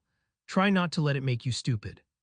No promises, said Harry and lifted the gauntlet, and watched the arclight run blue along the runic channels of his own forearm, and for one moment let himself simply enjoy the fact that he had built a thing that made him nearly invincible in a cellar with his own 2 hands. The killing curse he solved a week later, and the solution was so simple that he laughed out loud when it came to him. You could not block the green light, it was not force, it was a severing, a command to stop, and no shield in the world turned it because it did not push, it simply unmade. But it had to hit you. It was a thing that traveled and traveled slowly as curses went, a lazy emerald drift you could watch coming, so you did not block it, you did not stand there. The Mark III had thrusters, small, ugly arc-powered runic jets at the boots and the spine, and it could move a man 3 feet sideways in a quarter-second, faster than the green light flew, and a curse that cannot connect, cannot kill. The wizarding world had spent 1,000 years standing still in duels because duels were a matter of honor. Harry had no honor in a fight he intended to win. He had vectors. While he built armor for himself, he built brothers for the Sentinel, and that was where the real war machine took shape. One drone was a curiosity. Harry built 40, and 40 drones were a doctrine. He standardized the design. The ugly brass and ceramic prototype gave way to something lean and matte dark and faintly horrible to look at, a thing of articulated limbs and a single cold quartz eye built for manufacture, every part interchangeable. Each carried a wand and an arcrune and a sliver of oak, and that last part was the whole secret because the slivers were not separate minds. They were one mind, distributed, sharing a single memory through the lattice the way Oak shared the wards across the house. He demonstrated it for Sirius and Hermione, and Ron in the long, cleared vault he'd taken to calling the range. He set 12 sentinels in a loose formation and had Sirius fire a curse none of them had seen, an obscure black family hex, a thing that came in as a corkscrewing violet thread. The nearest sentinel failed to block it and took the hex on its chest plate, staggering. And in the same instant, not the next instant, the same one, the other 11 sentinels' eyes flickered, and the formation shifted, and when Sirius, startled, fired the violet thread again, every single one of them turned it aside with the identical precise motion, because the one that had been hit had shared the lesson with all of them through Oak before it had finished staggering. They learn as one, Hermione breathed. She had stopped being frightened of the principle and started being frightened of the scale, which Harry thought was the correct progression. Hit one, teach all, there's no curve, Harry, there's no learning curve, the whole formation jumps to expert the moment any single unit sees a new thing once. Now multiply it, Harry said. 40 units today, 400 by spring, 4,000 if this war goes long enough. And every one of them is as good as the best one has ever been, instantly, forever. A Death Eater can practice a curse for 20 years and be the only person alive who's mastered it. My drones master it the first time they're hit by it, all of them, and they never forget and they never panic and they never get tired and they cast in perfect unison. He let that sit in the vault in the cold quartz light of 40 patient eyes. Voldemort's army is a collection of individuals. Mine is a single organism wearing 400 bodies. That's not a fair fight. I'm not interested in fair fights. Fair fights are what you have when you didn't prepare. The weapons came alongside the armor and the drones, and Harry built them the way he built everything now from the measurements up, optimizing the ratio Hermione's tables had exposed. There was the disarm lattice, a redesigned disarming charm rebuilt around the gauge data, a tenth the cost and 10 times the speed, that a sentinel could fire a dozen times a second until an enemy formation simply had no wands left. There was the Wardbreaker Lance, a thing he was prouder of than almost anything, a focused beam of structured magic that did to enchantments what a cutting torch did to steel, that could open a Death Eater stronghold's defenses not by overpowering them but by reading them, the way Oak read an attacker's wand motion and severing the specific runes that held them together. And there was the anti-apparition mesh, the one that he knew would change the war's geometry entirely. A field projected from a deployable arc pylon that did not block apparition by brute force but by introducing a controlled instability into the local space, so that any wizard who tried to twist away inside it arrived somewhere he very much did not intend to or did not arrive at all. Death Eaters fought, Harry had observed, like raiders. They appeared, they killed, they vanished. He was building a thing that took away the vanishing. A Death Eater who could not flee was a Death Eater who had to win or die, and Harry intended to make winning impossible. You're taking away their escape, Ron said, looking at the pylon schematic, and there was something sober in it. When you trap an animal that's used to running, Harry, it doesn't surrender, it gets desperate, it does things it wouldn't do. I know, Harry said, I'm counting on it. Desperate people make mistakes, and I've built a machine that punishes mistakes instantly, but you're right to flag it. He looked at Ron, the human anchor doing his job again. Noted, when we deploy the mesh, we always leave one door, not for mercy, for control. A cornered enemy with no exit fights to the death. A cornered enemy with one obvious exit runs for it, and you get to choose where the exit leads. Always leave one door, that's a good rule, thank you. Ron looked faintly surprised to have been right, and then pleased, and then he went back to reading the schematic with the wary diligence of a man who had decided that someone in this operation had to keep asking what happened to the people on the other end. The Empire needed an industrial base, and an industrial base needed a bank that was also a factory and also, ideally, did not love the ministry. There was exactly one institution in magical Britain that fit, and Harry walked into it on the 14th of September with a leather case under his arm and a proposal that no wizard had ever brought through its doors. Gringotts received him with the cold courtesy it reserved for the very wealthy and the very dangerous, and Harry was about to demonstrate that he was both. He did not ask to see his vault. He asked, in the careful formal phrasing he did oak research out of 3 centuries of goblin treaty law, to speak with someone empowered to negotiate a partnership. It took 2 hours and a steadily ascending series of increasingly senior goblins, each of whom he handed the same single object, a working arcroon glowing steady blue in its silver ring, and watched understand before he was finally shown into a deep stone office where an old goblin named Ragnok sat behind a desk that was older than the ministry. Ragnok turned the arcroon over in long, clever fingers for a long time. This holds magic, he said at last. It was not a question goblins, Harry had learned, could feel the truth of made things the way he could feel a circuit. It holds magic, and it is not bound to a caster, and it does not decay. Wizards have told us for 1,000 years that such a thing cannot be made. They told us so specifically when our smiths asked to make it, and they wrote it into the treaties that the deep workings of sustained enchantment were wizard-born and wizard-kept, and not for goblin hands. The black eyes came up, and there was something in them very old and very sharp. You are a wizard, and you have brought it to me. Why? Because wizards are wrong about almost everything, Harry said, and they've been wrong longest about you. I don't have a manufacturing base. You have the finest metalworkers and runesmiths in the world, locked out of the one craft that matters most by a treaty written by people who feared exactly this object. I have the design, you have the hands. I'm not offering to hire you, Ragnok. I'm offering a partnership, your smiths, my designs, shared revenue, and a written guarantee that every arcroon ever made bears a goblin maker's mark because they will be goblin-made and the wizarding world will buy them anyway, and they will know whose work keeps their houses lit. He set the leather case on the ancient desk and opened it. The schematics, the revenue model, the treaty language, all of it drafted clean and fair. And there's a war coming. You've sat out the wizards' wars before, and I don't blame you. They were never your wars, and the side that wins always forgets you're dead. This time when it's won, I want the people who actually built the victory to be standing at the table. Your people, partner with me, and when this is over, the Goblin Nation doesn't ask the Ministry for rights. It owns the infrastructure the Ministry runs on, and it negotiates from there. The office was very quiet. Somewhere far below, a cart rattled down to the deep vaults. Ragnok set the arcroon down in the exact center of the desk with great care, the way one sets down a thing that has changed the weather. In 400 years, he said slowly, no wizard has offered a goblin a maker's mark. They take our work and stamp it with their names and sell it as their own and call us thieves when we object. He looked at Harry for a long moment, and something moved behind the ancient eyes that might in a goblin have been the beginning of respect. You are either the most honest wizard I have ever met or the most dangerous. I find I do not greatly care which, both are useful and both are rare. He extended a long-fingered hand across the desk. The Goblin Nation will hear your proposal in full. And if your numbers are as honest as your manner, wizard, we will build your impossible things and we will mark them, and we will both grow very rich and the Ministry of Magic will not enjoy it at all. No, Harry agreed, shaking the hand, sealing the foundation of an empire in a stone office a mile beneath London. I don't expect they will. Sirius and Remus came to the forge to learn the weapons before Harry would let either of them near a fight, and the learning changed them, because it showed them, in a way no speech could, exactly how far the war had already shifted. Harry put them through the range himself. He had Remus, who was a competent duelist and a careful man, face a single sentinel under controlled conditions. No lethal force, disarm only, and Remus, who had survived the first war by being faster and smarter than men who wanted him dead, lasted 4 seconds before the drone took his wand, and then 4 seconds the second time after he had adjusted, and then the third time, having thrown everything a lifetime of hard experience had taught him, 3 seconds.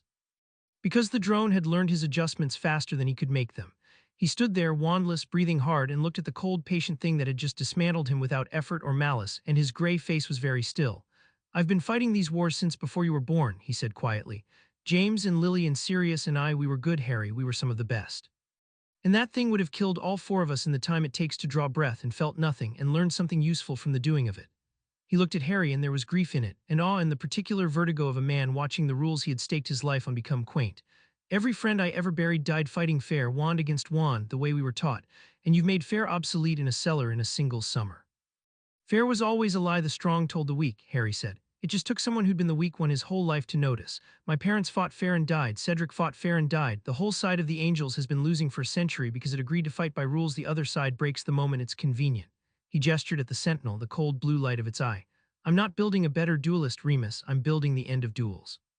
And I need you and Sirius not because you're the best wands I have, you're not, the drones are, but because you're the best judgment I have. The machine decides how to win a fight.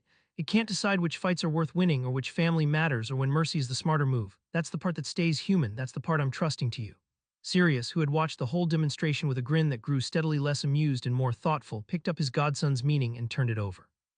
So we're not the soldiers, he said. We're the consciences with command authority. We point it and we decide when not to fire it, and we make sure the thing that can't feel anything is always being aimed by people who can. He looked at the ranked sentinels in the dark of the range, the silent hundreds. I spent 12 years in a cell built by people who fought fair and called it justice. I think I can manage being the man who decides when the unfair thing shows mercy. It might even be the first useful thing I've done since school. The grin came back, but it had weight in it now. Teach us the rest of it, Harry, all of it. If I'm going to hold the leash on the end of the world, I'd like to understand exactly what's on the other end of it. The arsenal met the war for the first time on the night of the 29th, and Harry learned that night exactly what he had built and exactly what it cost to use it. Oak woke him at 1 in the morning. A Death Eater snatch squad has apparated to a house in Ottery St. Catchpole, it said, and there was no wryness in it now, only cold report. 4 wizards, a muggle-born family, the Carmichaels, a mother and 2 children. The father is away. The order's response is 15 minutes out and will arrive too late. I've read their flu call. The Carmichael children are 9 and 6. A pause. You can be there in 90 seconds. You have never used the arsenal on a living enemy. I'm required by your own standing order to tell you that this will change you and to ask whether you have considered it. Harry was already in the mark, the plate sealing around him with a sound like a held breath. I considered it the night I built the first sentinel, he said. 2 units, with me, lethal force authorized. He paused at the cellar's apparition point, and for 1/2 second the boy under the armor surfaced, the one who had watched Cedric die because no one had been there in time. Tell the order to stand down, tell them the Carmichaels are already covered. The visor came down, tell them they're too slow. He arrived in the Carmichaels' back garden in a crack of displaced air with 2 sentinels flanking him, and the next 90 seconds were the coldest of his life, and afterward he understood that the coldness was the point. There was no duel. He did not announce himself. Announcing yourself was a courtesy, and courtesy was for fair fights. The anti-apparition pylon deployed from his back and seated itself in the lawn before the Death Eaters knew he was there, and the geometry of their escape simply closed. Then the sentinels fired, and they did not fire to wound. 2 of the snatch squad were disarmed and down, stunned and bound, before they had fully turned. The third got a curse off, a slashing thing that took a sentinel's arm clean off in a shower of brass, and the formation learned it in the same instant, and the 4th Death Eater's identical curse met a block that had not existed a half-second before, and then both of them were down, 2 wandless, pinned alive because Harry had decided they would be more useful alive. The whole engagement lasted 9 seconds. It was, Oak noted later, almost exactly the lifespan of the first Arcroon. Harry stepped over the bound Death Eaters and into the house, the armor folding back from his face, and found Mrs. Carmichael with her 2 children crushed behind her in the corner of the kitchen, a kitchen knife in her hand, terror and ferocity at war in her face, a muggle woman who had married into a world that periodically tried to murder her family and had decided, knife in hand, to make them work for it. She stared at the boy in the impossible armor standing in her ruined kitchen. It's over, Harry said quietly. They're outside, they're bound, they won't hurt you. The 6-year-old was sobbing into her mother's leg. The 9-year-old was staring at Harry with enormous eyes, and Harry crouched slowly to be on the boy's level, and the armor's blue light reflected in the child's wet eyes. You're safe, he said. I promise, I build things that keep people safe, that's all this is. It was not all it was, and he knew it, and he said it anyway because the boy needed it to be true and because Harry intended to make it true for as many children as he could reach. The order arrived 4 minutes later. Lupin, Tonks, Kingsley to find the Snatch Squad bound on the lawn, a family unhurt, a one-armed brass machine standing sentry in the garden, and Harry Potter pulling off a gauntlet to shake a terrified Muggle woman's hand. They looked at the scene. They looked at the armor. Lupin opened his mouth and shut it again. There was, Harry saw, nothing in their training that had prepared them for the possibility that the fight could simply be over before they arrived, with the victims alive and the enemy taken, achieved by a 16-year-old in a machine, and the not knowing what to say was its own kind of data. He'll want a report, Harry said to Lupin, meaning Dumbledore. Tell him the truth. Tell him it took 9 seconds and nobody on our side bled. And tell him, he looked at the bound Death Eaters, at the family, at the cold, clean math of the thing he'd done. Tell him this is what changing the terms looks like. He went home and was sick once quietly in the cellar because he had decided that whatever else the machine made him, it would not make him a person who felt nothing. And then he cleaned the Sentinel's severed arm off his workbench and began to redesign the shoulder joint so it wouldn't happen again. The field op changed his pace, and the change was visible to everyone around him. He had been fast before. After the Carmichaels, he became relentless. The 9 seconds in that garden had proved the doctrine, and a proven doctrine demanded scale, and scale demanded a factory, and the factory was waiting a mile under London. He went down into the Goblin Deeps on the 1st of October to see what Ragnarok Smiths had made of his designs, and what he saw rearranged something in him. They had given him a cavern. It was not a workshop. It was a cathedral cut for industry, a vault so vast that its ceiling was lost in dark above the hanging lamps. And it had been carved, Ragnarok told him without inflection, in 9 days, by goblin earth magic that no wizard had been permitted to witness in 400 years. Down its length ran the first production line in the history of magic. Not a smith at a bench making one perfect thing, but a process broken into stations, each goblin doing one operation and passing the work on, the silver rings cut and drawn and etched and seeded and woken in a flowing river of identical glowing cells that fed into crates at the far end at a rate Harry's first cellar self could not have imagined. Hundreds of smiths. Thousands of arcroons a day and climbing. The blue light of 10,000 small captured suns filled the cathedral and threw the shadows of the workers enormous up the unseen walls. Harry stood at the head of the line and felt the scale of the thing he had started move through him like cold water. He had drawn a diagram on the back of a ministry letter 5 weeks ago. It was now a river of light under a mountain, tended by a nation, and it was accelerating, and somewhere at the end of every road it opened was a war won and a world remade, and he made himself remember a terrible amount of power gathering into a single pair of hands that had better stay worthy of it. You are doing the sum, Ragnarok observed beside him, watching the river of cells. The one every wizard does when he first sees what a forge can truly make. How much, how fast, how far. I'm doing a different sum, Harry said. I'm counting the houses. Every cell in those crates is a lamp a tired mother doesn't have to light by hand, or a heater in a squib's cold flat, or a healing stone in a clinic that couldn't afford a healer. He watched the light. The war's the loud part, Ragnarok. This is the part that actually wins. By spring, half of magical Britain will warm its house with goblin-made arcroons and not know how it ever lived without them. And a world that depends on you is a world that cannot afford to lose you. We're not just building weapons down here. We're building a dependency the ministry will never be able to legislate away because their own offices will be running on it by Christmas. Ragnarok's mouth did the small, hard thing that was a goblin's smile. You think like a banker, he said, and you build like a smith, and you mean it like a soldier. I have decided I am glad to be your partner and very glad not to be your enemy. He gestured down the Cathedral of Light. Triple the line. The wizards are buying every cell we can make and asking for more. We are both about to become richer than the Malfoys, and they have not yet noticed. Above ground, the company was taking shape on parchment, and underground, Harry built the thing that would let one mind run all of it. Oak had outgrown the hall mirror. It managed the house, the wards, the 40 sentinels, the production telemetry from the deeps, the press reading, the books, and Harry could feel it straining at the edges of a single enchanted glass, wanting more room to think. So he built it more room. He called it the Mind Lattice, a network of linked arcroons and quartz cores spread through the Black House's deep cellar, a substrate for cognition rather than power, hardened against intrusion with the same occlumency of engineering that had slammed the shutter on Voldemort's probe. Oak moved into it over a long night, and when it spoke again in the morning, its voice had a new dimension to it, a depth, the difference between a clever man in a small room and the same man given a library and 100 windows. I can hold considerably more now, it said. I am running the forge telemetry, the market projections, the wards, the drones, and 3 separate models of the ministry's likely responses simultaneously with room to spare. I will tell you the unsettling part because you built me to tell you unsettling parts. A pause. I am beginning to be able to predict people, not perfectly. But Lucius Malfoy filed a question yesterday that I had projected he would file 3 days before he filed it from his prior pattern. I can see the establishment's next several moves the way I can see an attacker's one motion through a door. I find this useful and I want you to find it frightening because a tool that can predict people is a tool that can manipulate them, and you asked me to be the thing that stops you becoming the man who would. Good, Harry said. Keep being that thing. Show me the projections. Let's see what the ministry's about to try, and let's already be 3 moves past it by the time they do. Hermione found him there in front of the mind lattice, and she had her own news, and it changed the shape of the operation again. She had not merely been measuring spells, she had been building a discipline. The 4 pages of ratios had become 40, had become a system, a way of decomposing any enchantment into its measured components and rebuilding it more efficiently, a true theory of magic where the wizarding world had only ever had a tradition. She had, without quite meaning to, founded a research division, and she had 3 problems she could not solve alone in a list of 7 brilliant, underused people. A Ravenclaw cursebreaker the ministry had passed over for being Muggle-born, a retired charms theorist, and Arithmancer Voldemort's first war had driven into hiding who could. I want to hire them, Hermione said. Properly. Pay them, give them the gauge, give them the data, and let them work. Harry, we're 3 people in a cellar reinventing a 1,000-year-old field and we're winning, but if we had 30 people, you'd reinvent it in a year instead of 10, Harry finished. Do it, you run it. It's yours, research division, your hires, your budget, you answer to me, and Ron answers for both of us when we forget the people. He meant it as the obvious next step and watched it land on her as something more. The moment a brilliant girl who had spent 5 years being told to put her hand down realized she had just been handed a laboratory and an army of minds and told to go reinvent magic. Build me a research operation, Hermione, the biggest the world's ever seen. We're going to outthink them as hard as we outbuild them, and you're the one who's going to do the outthinking. You're mad, Hermione said, but she was already pulling parchment toward her, already writing the first letter, her eyes very bright. You're completely mad, and I'm going to need a much bigger cellar. We're getting a bigger cellar, Harry said. We're getting the biggest cellar in the world. Wait till you see what the goblins can dig. There was a cost to the speed, and Hermione made him face it 3 days after the Goblin Forge in the research warrens with a ledger of her own. You're outrunning your own safeguards, she said. She did not soften it. She had learned from him that the most useful thing you could do for someone was tell them the true thing fast. We're shipping our croons to 140,000 households, Harry, and every one of them is a thing that catches and holds raw magic.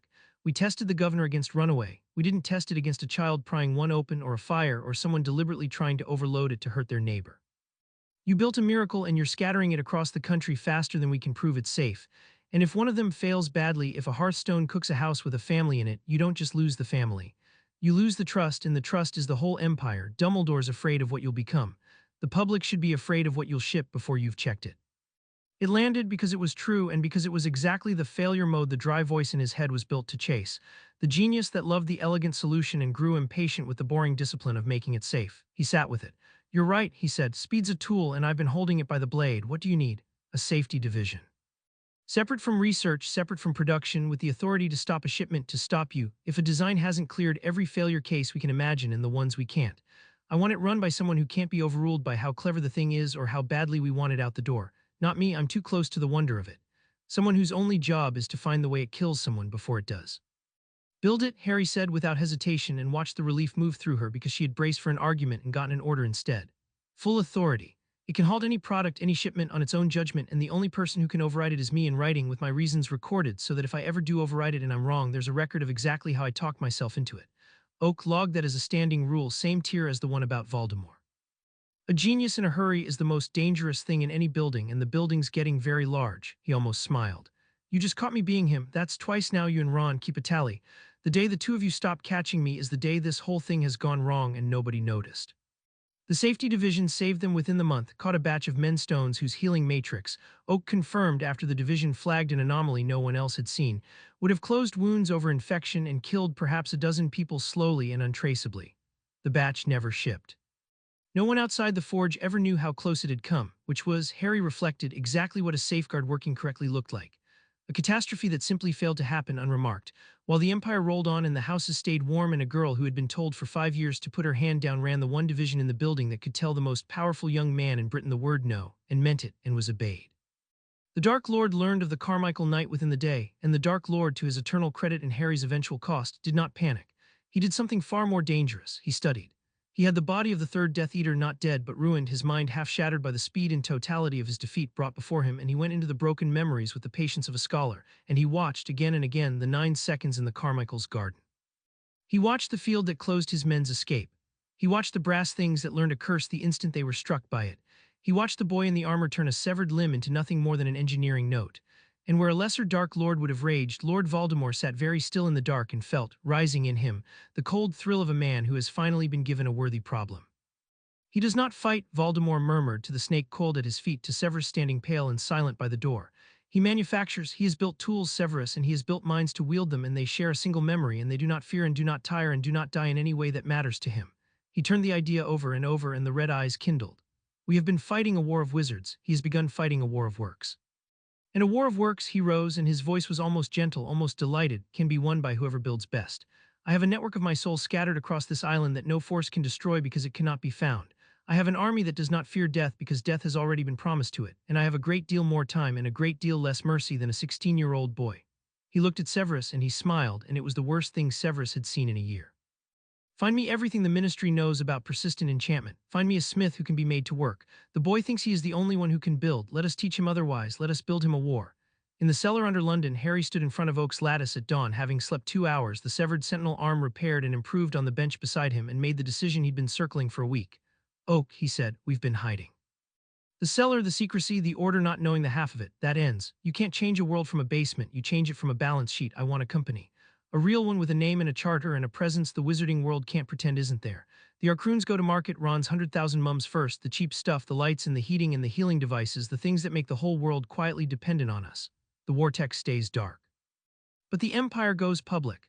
He looked at the gray light, because Voldemort just figured out he's in a building race. And the way you win a building race isn't by building in secret, it's by building so fast, so openly, so far ahead that by the time he understands what you've made, you've already made the next 3 things. Start the paperwork, we're going legitimate. A great many people, Oak observed, are going to be extremely alarmed. Yes, said Harry, looking at the first faint gray of morning leaking down the cellar stairs, at the racks of glowing cells, at the 40 patient cold-eyed sentinels ranked in the dark of the range beyond. Let's find out which ones matter. Chapter 3 and Chapter 4, The Empire Rises. He named the company Pendragon Works, and he chose the name the way he chose everything now for what it would do. It's a claim, he told Hermione and Ron in the new offices, a converted warehouse off Diagon Alley that the goblins had bought through 6 layers of holding companies and rebuilt in a fortnight. Pendragon, old British, pre-magical, older than the Statute of Secrecy, older than the pureblood families that think they own this country. It says, we were here before your traditions and will be here after them. And works, he gestured at the floor below where the first retail Arcroons were being created under goblin supervision. Because that's what we do, we make things work. The wizarding world's run on heirlooms and hand-me-down spells for 1,000 years. We're the people who actually build. Ron looked at the logo Oak had designed, a clean stylized oak tree inside a ring, simple enough to stamp on a cell the size of a coin, and said, it's good, it's really good, it looks like it's always existed. He paused. That's the point, isn't it? You want it to feel inevitable. I want it to feel inevitable, Harry agreed, because it is. The retail launch was the part nobody on the good side understood until it had already happened, because it did not look like a move in a war, it looked like commerce. Pendragon Works began selling, through a modest shopfront and a network of all-order catalogs Oak had designed to reach every magical household in Britain, the most boring and revolutionary products imaginable. The Hearthstone and Arcroon heating element that warmed a house all winter for a one-time cost and never tired a witch's arm. The Everlight, a lamp that lit clean and white and free forever.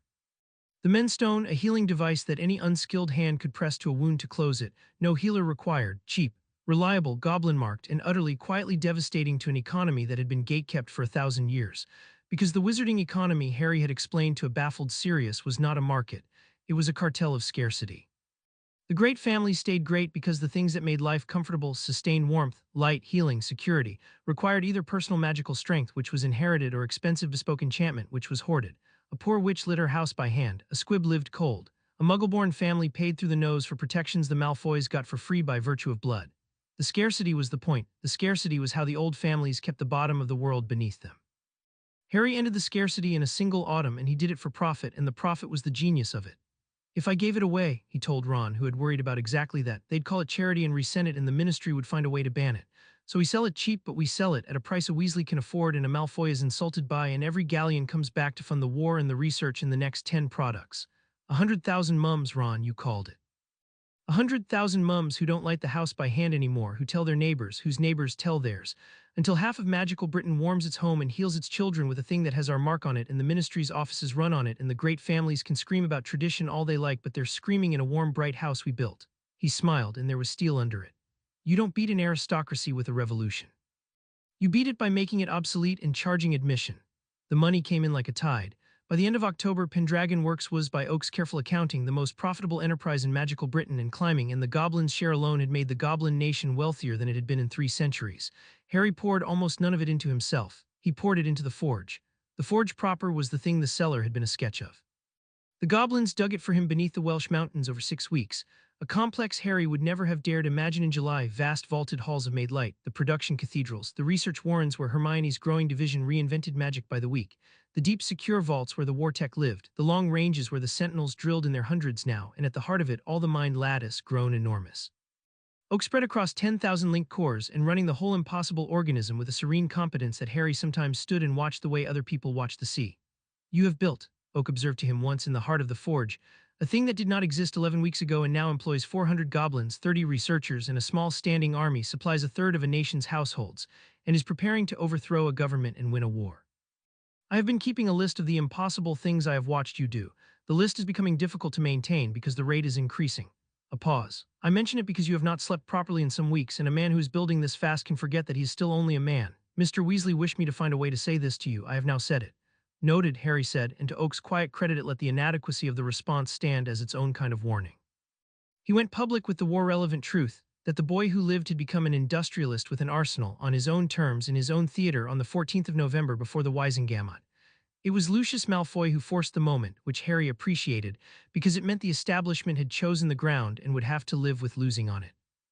Lucius had spent 2 months maneuvering the questions to the artifact office, the Umbridge appointment, a whispering campaign that unregistered persistent enchantments of unknown and possibly dark provenance were flooding the country, that the so-called Pendragon works was a front for something sinister, that the Potter boy had become unstable and dangerous and must be brought before the Wisengamot to account for himself. Fudge, frightened of Harry the way small men fear anything they don't control, had signed the summons. Harry received it with something close to delight. He came to the ministry not as a defendant but as a showman, and he brought props.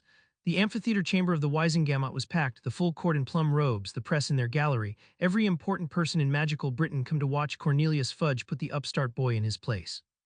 Harry walked into the well of the chamber alone, in a plain dark suit cut in a muggle style that was itself a provocation, and he set a small case on the floor and he waited for them to begin so he could finish. Mr. Potter, Fudge began, puffing, you stand accused, that is, you are asked to account for the manufacture and distribution of unregulated magical artifacts of unknown nature, in quantities that this body finds frankly alarming. There are those who suggest these devices are dangerous, dark even. The public deserves to know precisely what you have been. There are croons, Harry said, and his voice carried clear and unbothered to every corner of the chamber. They store ambient magic and release it on demand, decoupled from any caster. They power the Everlight, the Hearthstone, and the Menstone, which roughly 140,000 households in this country now use daily. He let that number land, 140,000 more voters than Fudge had ever commanded, and watched it move through the court like a cold draft. They are made by the Goblin Nation under a partnership charter. They bear a Goblin maker's mark, and they are about as dark as a tea kettle, but you don't want my word for it. He crouched and opened the case. Madam Bones, you've been cold in this chamber for an hour. The heating charms here are dreadful. Catch. He tossed a hearthstone, glowing soft and warm, up to the startled director of magical law enforcement, who caught it on reflex and felt the immediate gentle heat of it spread through her cold hands, and her face did something complicated. That's the dark artifact, Harry said. It keeps your hands warm. There's one in the minister's own office, by the way, purchased by his procurement department in September, along with 200 Everlights for the ministry's lower corridors, because the gas lamps down there have been failing for a decade and ours don't fail at all. A ripple ran through the press gallery, quills scratched frantically. So before this body decides my work is dangerous, it might want to account for the fact that it's already running on it. Fudge had gone purple. Lucius Malfoy, in the front rank of the court, had gone very still, and Harry met his pale eyes across the chamber and saw in them not bluster but calculation. The cold reassessment of a clever enemy realizing the ambush had been the other way around the whole time. Lucius, Harry understood, was the only person in the room who had genuinely grasped what he was looking at, not a boy with a gadget, but a new kind of power, economic and total, that the old instruments of the Wisengamot were simply not built to fight. This is theater, Lucius said smoothly, rising, and the court quieted for him the way it never quieted for Fudge. The boy distracts us with tea kettles. The question this body must answer is one of control. Mr. Potter has, by his own account, built a manufacturing power beyond any private hand in our history. Accountable to no one, regulated by no one, defended, a delicate pause, by means he has not disclosed. We are asked to believe a 16-year-old's good intentions. I, for one, prefer the safety of law. I move that this body assume oversight of these arcroons, their manufacture, their distribution, and the facilities that produce them in the public interest. Surely Mr. Potter, if his intentions are as benign as his tea kettles, can have no objection to oversight. It was a good move. Harry admired it even as he prepared to break it. Lucius had reframed the whole question from "is this dark?", which Harry had just won, to "who controls this?", which sounded reasonable, which sounded like safety, and which would, if the court granted it, hand Harry's entire empire to the ministry that Lucius owned. I have no objection to oversight. Harry said pleasantly and watched Lucius's eyes narrow at the easy agreement. I object to theft dressed as oversight. Let's be precise about what Lord Malfoy is proposing. He proposes that this body seize the manufacture and distribution of the devices that currently heat, light, and heal 140,000 homes and run this ministry's own corridors. So let me make sure the court understands the consequence of granting his motion. He turned slowly to address the full Wisengamot, and his voice dropped into something cold and clear and absolutely certain. Pendragon works as a partnership with the Goblin Nation, chartered under Goblin law, manufactured on Goblin sovereign ground beneath mountains. Your Aurors have never been permitted to enter and could not breach if they tried. You cannot seize it. You can only break the partnership, and the day this body votes to seize Goblin-made goods by force, the Goblin Nation stops making them. All of them, the Hearthstones go cold, the Everlights go dark, the Menstones in 100 clinics go inert, and 140,000 families learn in a single winter night that the Wisengamot took the warmth out of their houses to settle a grudge with a teenager. He let the silence ring. Vote for Lord Malfoy's motion if you like, but you won't be voting to control me. You'll be voting to freeze your own constituents in the dark, on the word of a man whose family has gatekept warmth and light and healing behind a wall of gold for 300 years, and who is, I gently remind this body, exactly the sort of person who'd find a country full of warm, poor people deeply threatening. The chamber erupted. Harry stood in the well-of-it calm in his muggle suit and let the storm break over Fudge and Lucius and the whole apparatus of an establishment that had just discovered it had brought a wand to a balance sheet fight. The motion did not come to a vote. It could not. The moment Madame Bones, still holding the warm stone, asked dryly whether the gentleman from Malfoy proposed to personally explain to her department's clerks why their offices would be going cold, it was finished. Harry had not won an argument. He had demonstrated, in front of the entire ruling class of magical Britain and a gallery full of journalists, that he now held a lever on the basic comfort of the entire population, and that he was perfectly willing to name it out loud.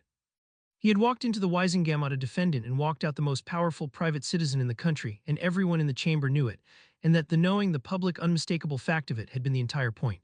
The prophet ran it across the front page the next morning, and Oak read the headline aloud with what Harry was increasingly sure was relish. The boy who built Potter faces down Wisengamot, reveals ministry runs on his devices. Below it, a photograph of Harry in his muggle suit, calm in the well of the chamber, tossing a glowing hearthstone up to Amelia Bones. The article was breathless and largely accurate, and Oak noted had been written by a journalist whose mother had bought 4 Everlights in September. Public sentiment, Oak observed, is running approximately 70% in your favor and climbing. The 30% are wealthy and they vote and they are frightened, which makes them dangerous, but they are 30%. You have done something no one has managed in living memory. You have made the boy who lived popular with the people who do the living.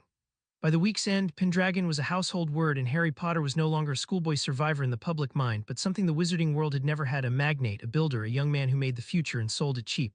Our orders tripled. The Goblin Nation broke ground on a second forge.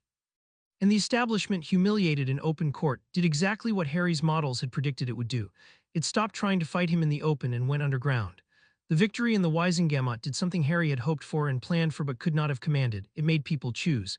An empire that wins in secret gathers servants. An empire that wins in the open, in front of the whole country, in defense of the warmth in ordinary houses, gathers allies, and they came in the weeks after the court, in ones and twos, the competent and the disillusioned and the brave but tired, toward the only thing in magical Britain that looked like it was actually going to win. Sirius was the first and the most important, because Sirius brought a thing the forge had been missing. Harry could build an army that never bled, but a brass sentinel could not knock on a frightened family's door and be a human face. It could not run an informant or read a village or make the thousand soft judgments a war of protection required. Sirius could.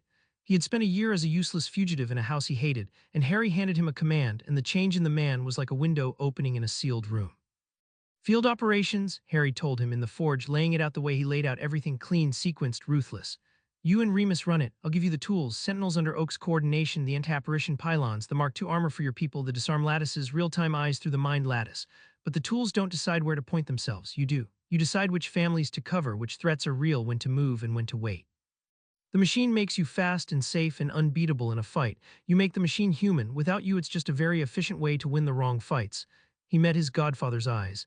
I'm not asking you to be a soldier, Sirius. I'm asking you to be the judgment. It's the harder job. Sirius looked at him for a long moment, and there was something working behind the gaunt, handsome face, the old recklessness finding, for the first time in 15 years, a thing worth being reckless toward that wasn't a cell or a grave. James and Lily died running from this war, he said quietly, hiding from it. I spent 12 years rotting for a crime I didn't commit, and a year hiding in my mother's house being told to stay safe while braver people fought. And now you're handing me an army that can't be beaten and asking me to use it to protect the kind of people your parents died protecting. His voice roughened. Yeah, Harry, yeah, I'm your judgment. Merlin, help anyone who comes for one of ours while I'm holding the leash. Remus came with him, steadier and quieter and just as glad, and between them they built the field arm into something the Order had never managed, a protective force that arrived in time.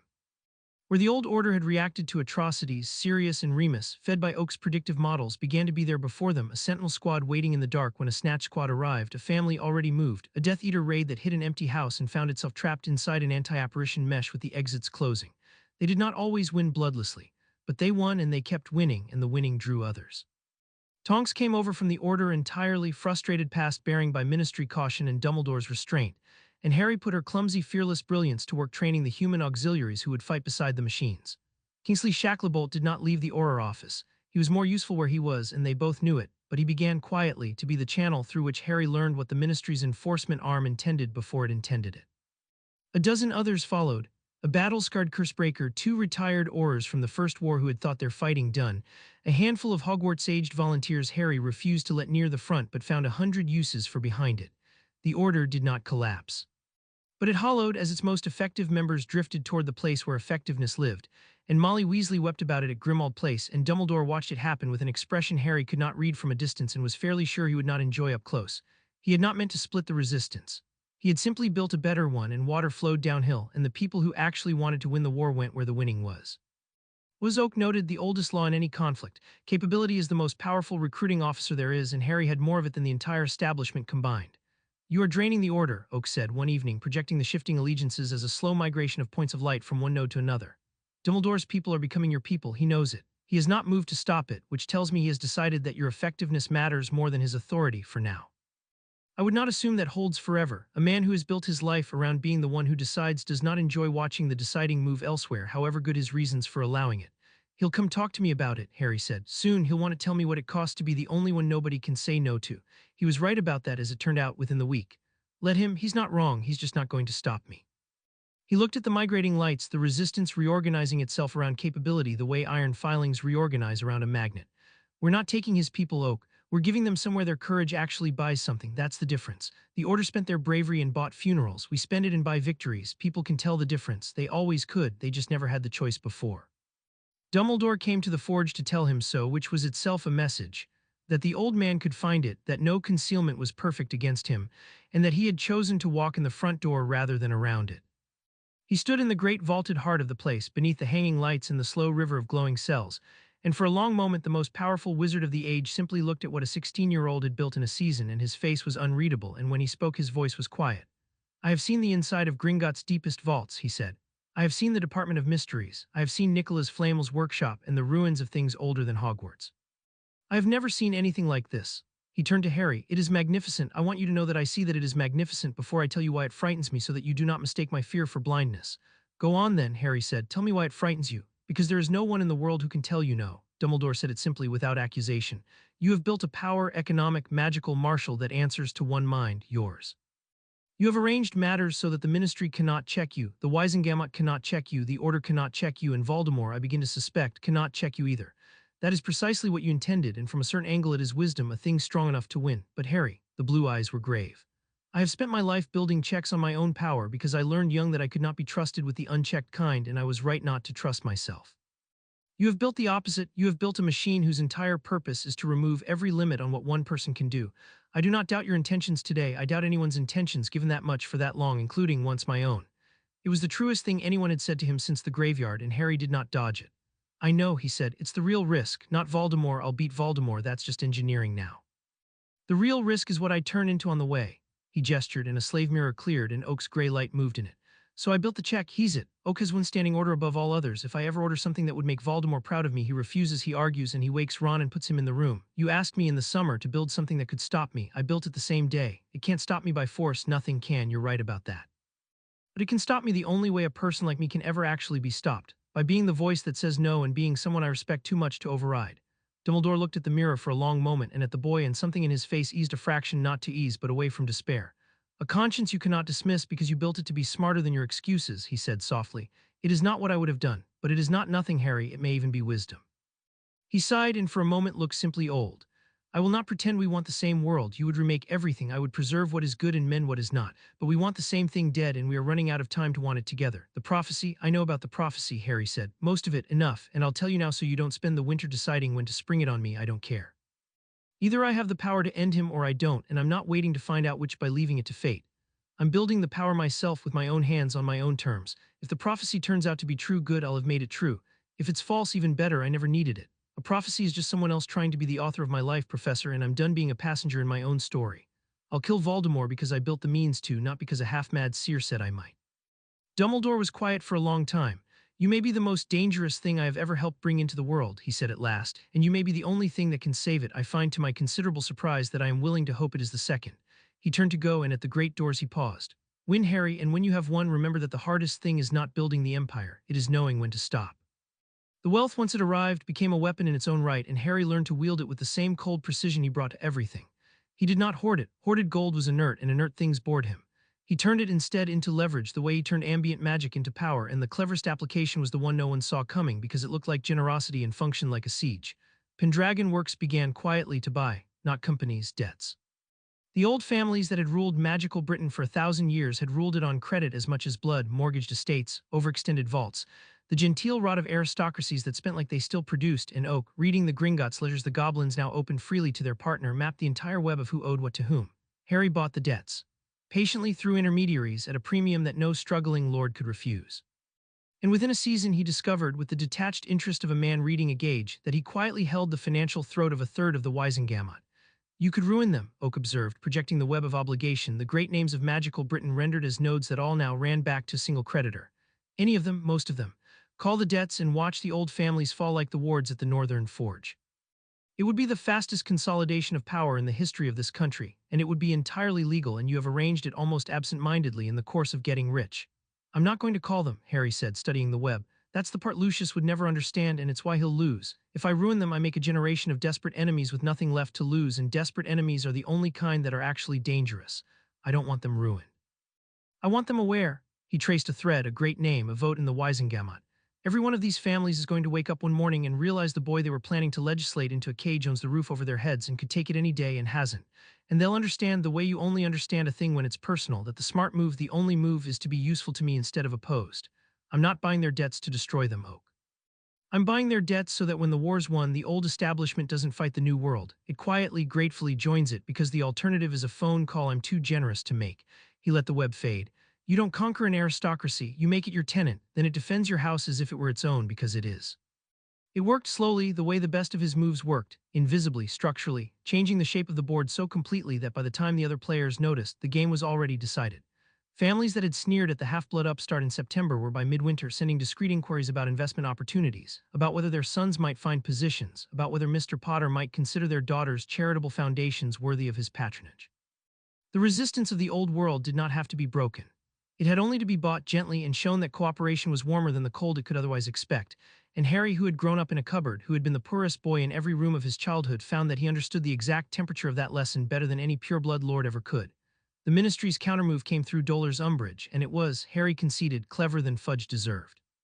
Having failed to seize the forge, the establishment created a cage instead, the Office for the Safety of Domestic Enchantment, a new inspectorate with umbrage at its head and a sweeping charter to certify any persistent enchantment sold to the public, to inspect the premises of its manufacture and to levy fines and seizures for noncompliance.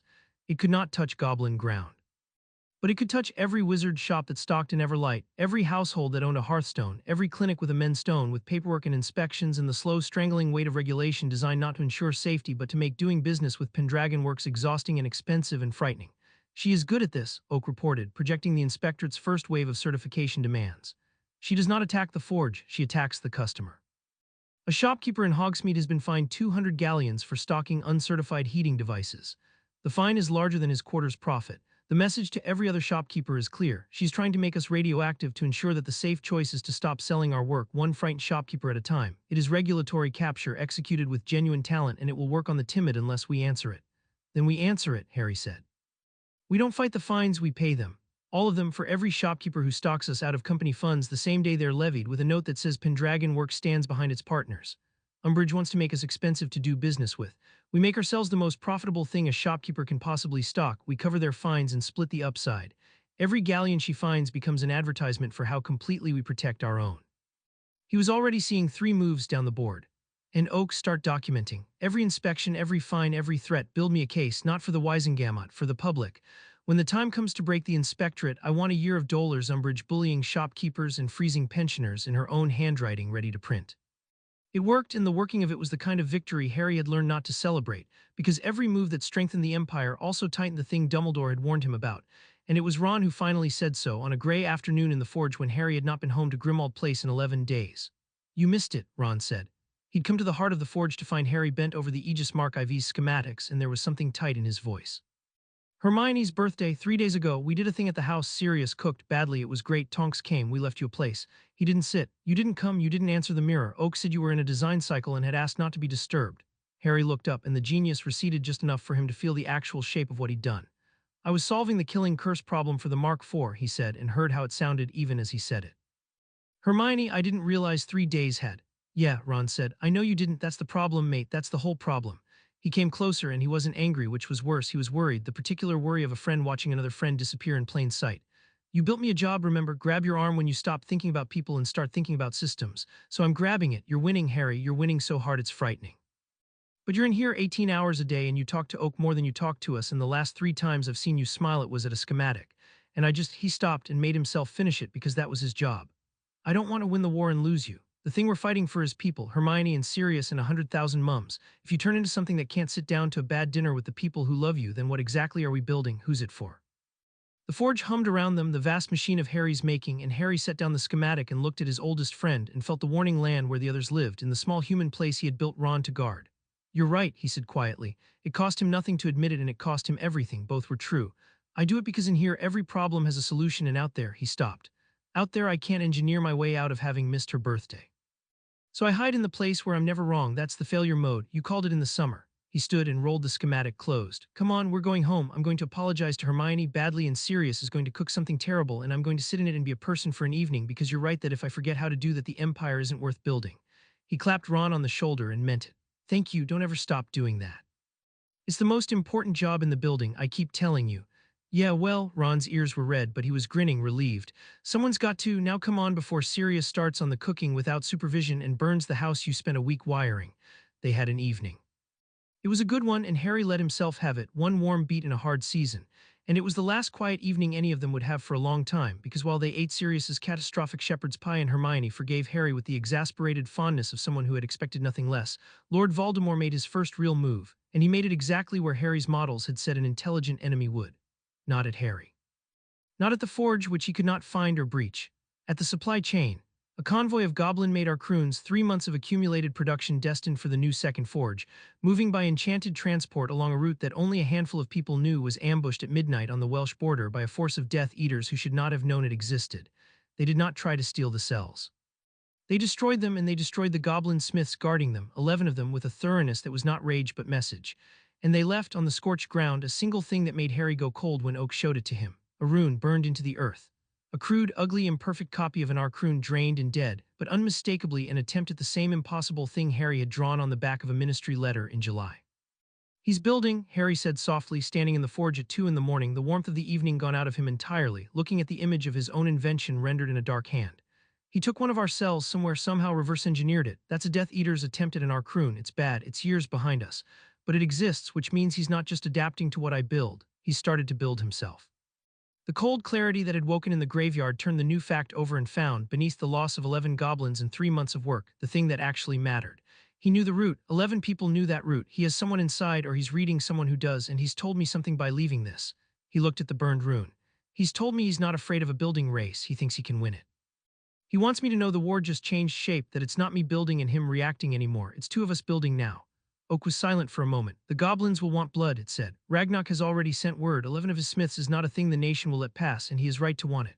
"He'll have it," Harry said, and the warmth of the evening was a memory now, replaced by something flat and cold and absolutely steady. "But not as revenge, as doctrine. We've been building tools, Oak, defending, responding, getting rich, growing."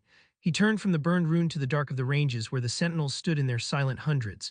"He just declared the war out loud, so I'll stop building tools." His voice did not rise, it did not need to, "and I'll start building a campaign." Chapter 4 and Chapter 5. The establishment resists the mole was the first thread Harry pulled, because 11 dead goblins demanded it, and because a leak in the supply chain was a leak in everything. 11 people had known the convoy route. Harry gave the problem to Oak the way he gave it every problem, completely, without sentiment, and Oak did what no human investigator could have done. It did not interrogate the 11, it modeled them. It had over the autumn quietly accumulated a behavioral record of every person with access to sensitive movements. Their flu calls, their spending, their patterns of arrival and departure, the small deviations that a mind running 10,000 cores could see and a human supervisor never would. It laid the 11 against the model of the leak, and within a day it had a name, and the name disappointed Harry in a way he had trained himself not to feel and felt anyway. Marcus Bell was a Pendragon logistics clerk, 26, competent, unremarkable, hired in the second wave of expansion on Hermione's recommendation. He had not been an idealist or a fanatic. He had been oak established with cold precision, a man with a sick mother, a mounting debt, and a visit 6 weeks earlier from a soft-spoken stranger who had offered to make both problems vanish in exchange for the occasional small piece of information that surely could not hurt anyone. The stranger had been Death Eater recruitment at its most banal, not the mark on the arm and the fanatic's gleam, but the quiet purchase of a desperate man, the cheapest and most reliable kind of treason there is. "Do you want him taken?" Oak asked. "Sirius's people can have him within the hour, or I can feed him false roots and turn him into a channel we control, and Voldemort will not know for months that his window into our logistics has become a window into his." Harry sat with it. The cold engineer in him saw the obvious play: turn Bell, feed the enemy poison, exploit the leak. The other part of him, the part Ron guarded, saw a frightened man with a sick mother who had been bought because Pendragon Works, for all its 100,000 warm houses, had not noticed one of its own people drowning. Both were true. He found the place where they met. "Neither," he said. "Bring him in. Don't arrest him, bring him to me quietly and clear his mother's debts and get her a healer before you do today, before he knows we know." Oak was silent in a way that Harry had learned meant surprise. "I'm not going to turn him into a weapon, Oak, and I'm not going to throw him in a cell. I'm going to sit across a table from him and let him understand exactly what he did and exactly what it cost 11 of Ragnarok's Smiths. And then I'm going to give him a choice that's actually a choice, because the reason he betrayed us is that nobody ever gave him one. And then, yes, with his eyes open and his mother safe, I'll ask him to feed Voldemort what we want fed, not as a trapped man, as one of ours who's decided to be." He looked at the gray light. "Voldemort buys desperate people because the other side lets them stay desperate. I'm not going to win this war by being better than him at buying people. I'm going to win it by being the side that doesn't leave its own to drown. Fix the thing that made the leak, then use the leak." It was, Oak observed later, the single most dangerous and the single most reassuring decision it had watched him make, and it could not decide which mattered more, and it suspected that the not being able to decide was the whole point of him. Marcus Bell's choice changed the war's information before it changed anything else, and Harry built an entire intelligence operation on the back of one redeemed traitor. Because Bell still had Voldemort's trust, the soft-spoken recruiter still believed he owned a frightened clerk, Harry now possessed something no resistance against the Dark Lord had ever held. A channel that ran the wrong way, a window through which he could not only see but reach. Oak fed Bell a steady diet of exactly what Harry wanted Voldemort to believe. False production figures that understated the Forge's output, invented weaknesses and defenses that were in fact impregnable, roots that led to traps, fears that led to wasted effort. The Dark Lord, who prized the intelligence because he had paid for it in a currency he trusted, a man's desperation, acted on it again and again, and each time he did, he moved exactly where Harry had decided he should move. "It is the most elegant weapon we have," Oak observed, "and it is made entirely of a thing you chose not to throw away. Had you turned Bell into a tool by force, he would have been brittle. A coerced asset breaks under pressure, betrays himself, betrays you. Because he chose it, eyes open, with his mother safe, he is the most reliable channel imaginable. He is not feeding Voldemort lies because we hold a knife to him. He is feeding Voldemort lies because he has decided he would rather spend the rest of his life buying back 11 dead goblins than one more day being the kind of man who sold them." A pause. "I have run the comparison a number of times. Voldemort buys his informants and they betray him the instant a better offer or a worse threat appears, because fear is the only thing binding them, and fear is for sale to the highest bidder. You redeemed yours once, and now I cannot find the price at which Bell would betray you because you did not buy his service. You bought back his self-respect, and a man will do for that what he will never do for gold." Harry took the lesson and generalized it, the way he generalized everything, into doctrine. Where Voldemort's network ran on terror and purchase, fragile, transactional, forever one disappointment from collapse, Harry built his on the opposite principle, and it cost more up front and paid forever. Every person who came into the Empire's orbit, he made it a rule, was to be given the thing that had been done to Bell, their drowning noticed, their worst problem quietly solved before any service was asked. It was not charity. Charity was inefficient, and it bred resentment. It was infrastructure, the deliberate manufacture of loyalty that could not be outbid, in an organization that was, by midwinter, the largest and most motivated in magical Britain.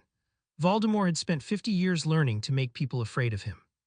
Harry had spent one season learning to make people unwilling to disappoint him, and the second turned out to be the stronger binding by an order of magnitude, because fear made men flee at the first opening, and the other thing made them stand when there was no reason left to but the not wanting to let you down. The Ministry's escalation came 3 days later, and it abandoned the velvet glove entirely. Lucius Malfoy had spent the weeks since the Wisengamot learning a lesson Harry could respect, that you cannot regulate a thing you cannot reach, and that economic warfare against a man who covers his partner's fines is a war you lose slowly and expensively. So Lucius changed instruments. He stopped trying to make Pendragon works illegal and started trying to make Harry Potter a criminal. Because a charter cannot be arrested, but a 16-year-old can, and an empire decapitated of its single mind was Lucius correctly judged, an empire that might be carved up at leisure. The vehicle was a thing called the Emergency Magical Security Act, rammed through a frightened Wisengamot in a single session on Fudge's signature, and it was, Oak reported with something like professional disgust, a beautifully written instrument of tyranny.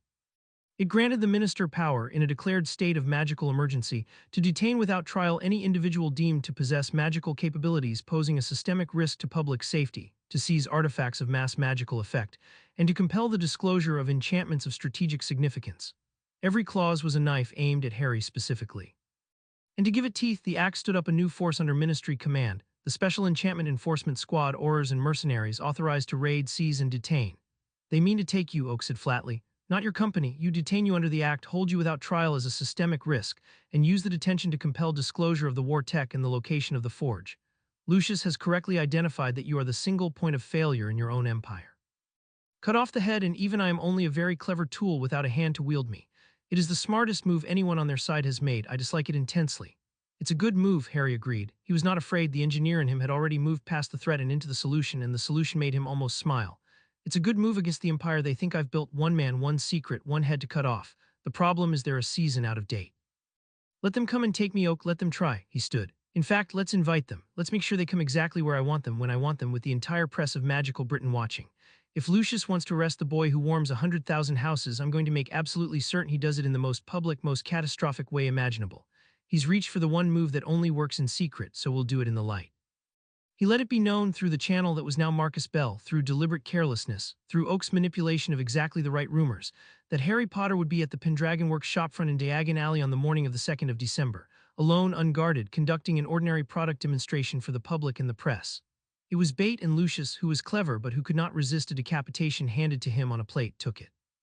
The Special Enchantment Enforcement Squad arrived in force at 10 in the morning, into a Diagon Alley packed with shoppers and journalists and ordinary witches and wizards who had come to see the famous young magnate show off his latest device, and into the middle of all of them 20 armed enforcers moved to seize a 16-year-old boy in front of the cameras, under a law passed 3 days earlier with no trial and no warrant beyond the minister's signature. What followed was not a battle. Harry had been very specific that it was not to be a battle. It was a demonstration of a different kind. The enforcers raised their wands and the squad leader began to recite the detention order, and Harry stood calmly in the doorway of his shop and let him get 3 sentences in long enough for every quill in the press gallery to record the words detained without trial and systemic risk, and by order of the minister, before the morning rearranged itself. He had not brought sentinels into Diagon Alley. That would have been a war, and a war was Lucius's victory condition, not his. He had brought something quieter and far worse for the ministry. He had brought the truth prepared and timed and aimed like a weapon. You're arresting me, Harry said, his voice carrying clear over the frozen crowd, under the Emergency Magical Security Act, passed 3 days ago, for being a systemic risk. Let me make sure these good people understand what that means, since they're about to watch it happen to me and could, under this same law, watch it happen to any of them tomorrow. And as he spoke, the great display window of the shop behind him cleared and lit. Oak, on cue, and across it, vast and legible to the whole street, scrolled the thing Oak had been building since October. The complete record of Dolar's umbrages inspectorate, every fine levied against a struggling shopkeeper, every pensioner's heating stone seized, every threat in her own pink-inked handwriting, and beside it the text of the new act with its clauses laid bare, and beside that the ministry's own procurement records showing the 200 everlights lighting the corridors of the building whose enforcers were, at that moment, pointing wands at the boy who made them. The crowd read it. The journalists read it. The enforcers, glancing back, read it. They will tell you I'm dangerous, Harry said into the silence. I'm dangerous to a ministry that passes a law in 3 days letting it cage anyone it fears without a trial. I'm dangerous to the people who'd rather freeze you in the dark than admit they didn't build the light. I warm your houses, I heal your children, I pay the fines this ministry levies on your shopkeepers for the crime of selling you warmth. And this morning in front of all of you, that ministry sent 20 armed men to drag me away without a trial, under a law so new the ink's still wet, because I am winning a war they are losing and they would rather have me in a cell than have me win it. He spread his hands, unarmed, calm, devastating. So arrest me, go on, in front of the cameras, in front of these people under that law for that reason. Arrest the boy who lit your homes. I won't raise a wand. I won't need to. Because the moment you put me in those manacles, every single person in magical Britain is going to understand exactly what kind of ministry they live under. He looked at the squad leader and his voice went very soft. Your move. The squad leader did not make the arrest. He could not, no one could have in that street in that light with the truth scrolling 10 feet high behind the boy and the whole country watching through a dozen quills. He hesitated, and the hesitation was fatal because hesitation in front of cameras is itself a verdict. And after a long frozen moment, he lowered his wand and pulled his men back. And the Emergency Magical Security Act died in the court of public opinion at 10:14 on a December morning, 3 days after it was born, without ever taking a single prisoner. Lucius Malfoy, watching from a safe distance through a borrowed pair of eyes, understood that he had lost again, and worse, that he had lost in a way that had made the boy stronger, had made him a martyr who hadn't even had to bleed, had handed him the public's love wrapped in the Ministry's own overreach. Lucius was a patient man and a clever one, and he did a thing then that Harry would have respected if he had known of it. He stopped fighting Harry directly. He went quietly that same night to the only other power in Britain that hated the boy as much as he was beginning to, and he began to consider whether the enemy of his enemy might, just this once, be worth the unthinkable risk of approaching. The morning after the failed arrest, Harry did something the Ministry could not have predicted and Voldemort could not have understood. He gave a public lecture. It was Oak's idea, refined by Hermione, and it was, Harry conceded, brilliant, because the establishment's whole campaign rested on the claim that his work was dark, unknowable, dangerous magic that only he controlled, and the single most devastating thing he could do to that claim was to simply explain how it worked. He took the largest hall in Diagon Alley, threw it open to anyone who cared to come, packed it with shopkeepers and parents and curious children and a gallery of furious journalists, and he taught them for 2 hours the actual principles of the Arcane, not the proprietary geometry that stayed in the forge, the principle, magic as a measurable resource, the noise floor, the reservoir, the governor. The simple, demystifying, revolutionary idea that magic was not a gift from the ancients but a phenomenon that obeyed laws, and that anyone willing to measure it could understand it, and that the only reason no one had was that they had been told not to bother. They want you to believe this is dark magic, he told the packed hall, holding up a hearthstone glowing soft and warm in his palm. They want you to believe it's beyond you, that it's mine, that it's secret, that you should be afraid of it. So let me ruin that for them. And he explained it plainly in words a frightened parent could follow until the mystery dissolved into mechanism in front of 1,000 witnesses.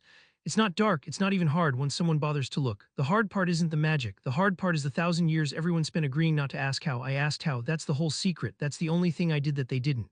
He set the stone down. And the reason the Ministry would rather cage me than learn from me is that a world full of people who ask how is a world that nobody gets to gatekeep, including me. I'd rather live in that world and compete in it than rule a world of people kept ignorant on purpose. The people who tried to arrest me yesterday would rather you stayed afraid. I'd rather you understood. That's the entire difference between us, and you should choose your side accordingly. The lecture did more damage to the establishment than the failed arrest had. It was reprinted, repeated, argued over in every pub and parlor in magical Britain. Children began asking their parents how their wands worked, and the parents, for the first time, did not have the comfort of saying it was not a question one asked. Hermione's division was flooded with letters from young witches and wizards who wanted to learn the new craft, and Harry had Oak answer every one, because each one was a future engineer, and the future, he had decided, belonged to whoever trained the most minds to ask the forbidden question. He had turned a clumsy attempt to silence him into a recruitment drive for the very irreverence that had woken in him in a graveyard, and the establishment, watching its monopoly on mystery dissolve, understood that it had lost something it could never get back, the unquestioned authority of the unexplained. Voldemort struck the night after the Ministry's humiliation, and he struck to teach, not to win, and the lesson cost Harry more than anything had since the graveyard. He did not come for the forge, he still could not find it, and the trying had taught him not to waste force on the unfindable. He came for the thing Harry had let grow visible, the second forge in the north, the new production cathedral the goblins had broken ground on, which had a location because it had to ship and receive, which had a perimeter because it was real. It was defended, Oak ran its wards, sentinels stood its gates, Sirius had hardened it, and Voldemort had spent 3 weeks studying exactly that defense through the broken memories of the Carmichael survivor and the data his crude reverse engineering had bought him, and he came prepared in a way no enemy had come prepared before. The Death Eaters came at the wards first, and they came with a thing Harry had not seen and Oak had not modeled. Antirune curses, dark workings tuned specifically to Arcrunes that did not overpower the cells but corrupted them, fouled the lattice, drove the governor into the runaway cascade that had melted Harry's first prototype, turned the forge's own power source against it. Whole sections of the perimeter ward died at once as their cells cooked. And through the gaps came the second thing, the worst thing, the thing that made even Oak's voice change. In fairy, not a handful, hundreds. A tide of reanimated dead mass-produced Voldemort's own grim answer to the Sentinel, cheap, expendable, tireless, requiring no Arcane and no genius, only corpses and cruelty, of which the Dark Lord had an inexhaustible supply. He has industrialized, Oak said, and for the first time in its existence there was something in its voice that Harry might, in a person, have called fear. I was wrong. I modeled him as a man who would adapt his old methods. He has done what you did. He has found the cheapest possible unit and mass-produced it. A Sentinel costs you a fortnight in an Arcroon, and Infurious costs him a corpse in an afternoon. He cannot match my drones for skill. He does not need to. He intends to bury them. The battle for the Northern Forge lasted 4 hours, and Harry fought it from the mind lattice, seeing through 100 Sentinel eyes at once. And he won it, but it was the first thing he had built that he won at a cost instead of a profit, and the cost had names. The Sentinels held the breaches, learning the Inferi's weaknesses in the first 30 seconds, and culling them by the hundred with fire lattices once Oak derived the optimal counter. And the anti-apparition pylons trapped the Death Eater command element so that Sirius's strike team could take 3 of them. But the anti-rune curses kept dying the perimeter faster than Oak could reroute, and into one of those dead sections before the Sentinels could plug it, came a knot of Death Eaters who reached the Forge's outer warrens where the night shift worked goblin smiths and a handful of human researchers, non-combatants, people Harry had brought into this, and by the time the line was restored and the breach was sealed and the Inferi were ash, 9 people were dead. 7 goblins.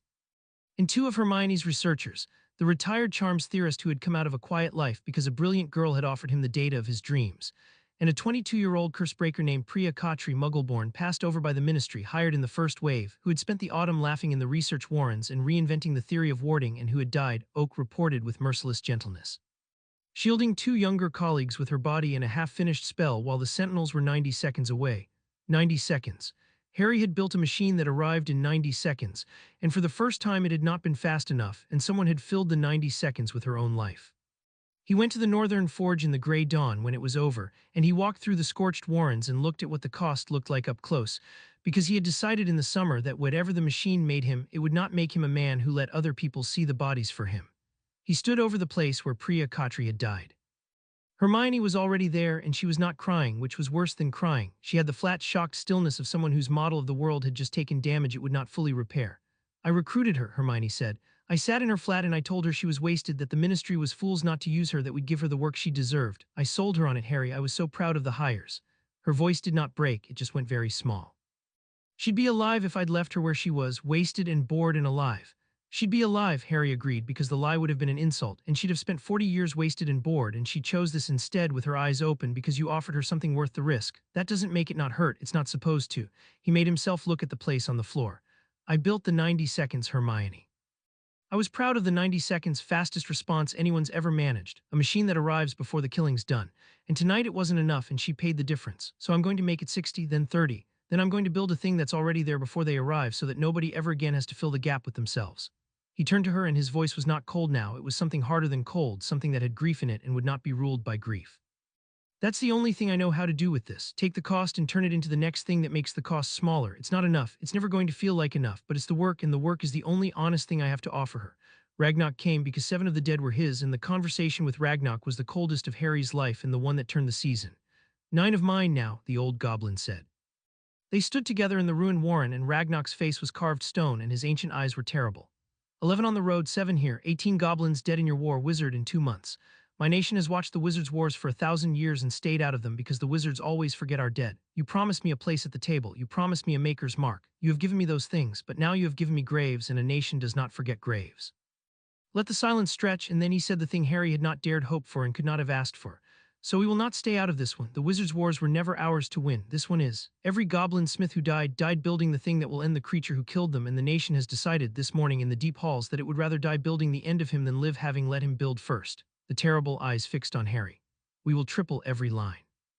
We will dig you whatever you need, defend whatever you build, and when the day comes that you take the field against him, the goblin nation takes it beside you, not as your suppliers, wizard, as your allies.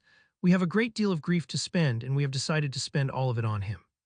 Harry looked at the old goblin, and he understood that Voldemort, in striking to teach a lesson, had taught the wrong one, had meant to show Harry the cost of his ambition, and had instead handed him the full industrial might and the cold ancient fury of an entire nation that no longer intended to sit any war out.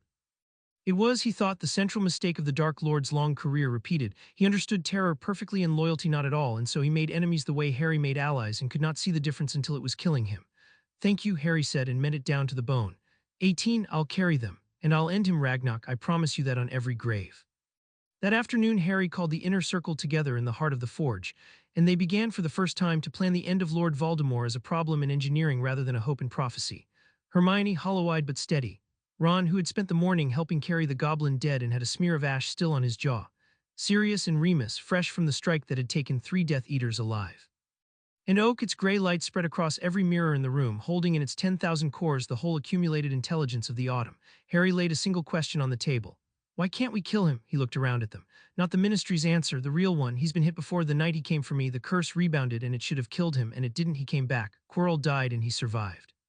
So either he's immortal, which I don't believe because nothing's immortal, immortality is just a problem nobody's measured yet, or he's done something, built something, some redundancy that means destroying his body doesn't destroy him. He looked at Oak. I've been turning it over for weeks, and tonight, watching him mass-produce Inferi, it finally clicked because it's exactly what I'd do. Oak, tell them what I asked you to model.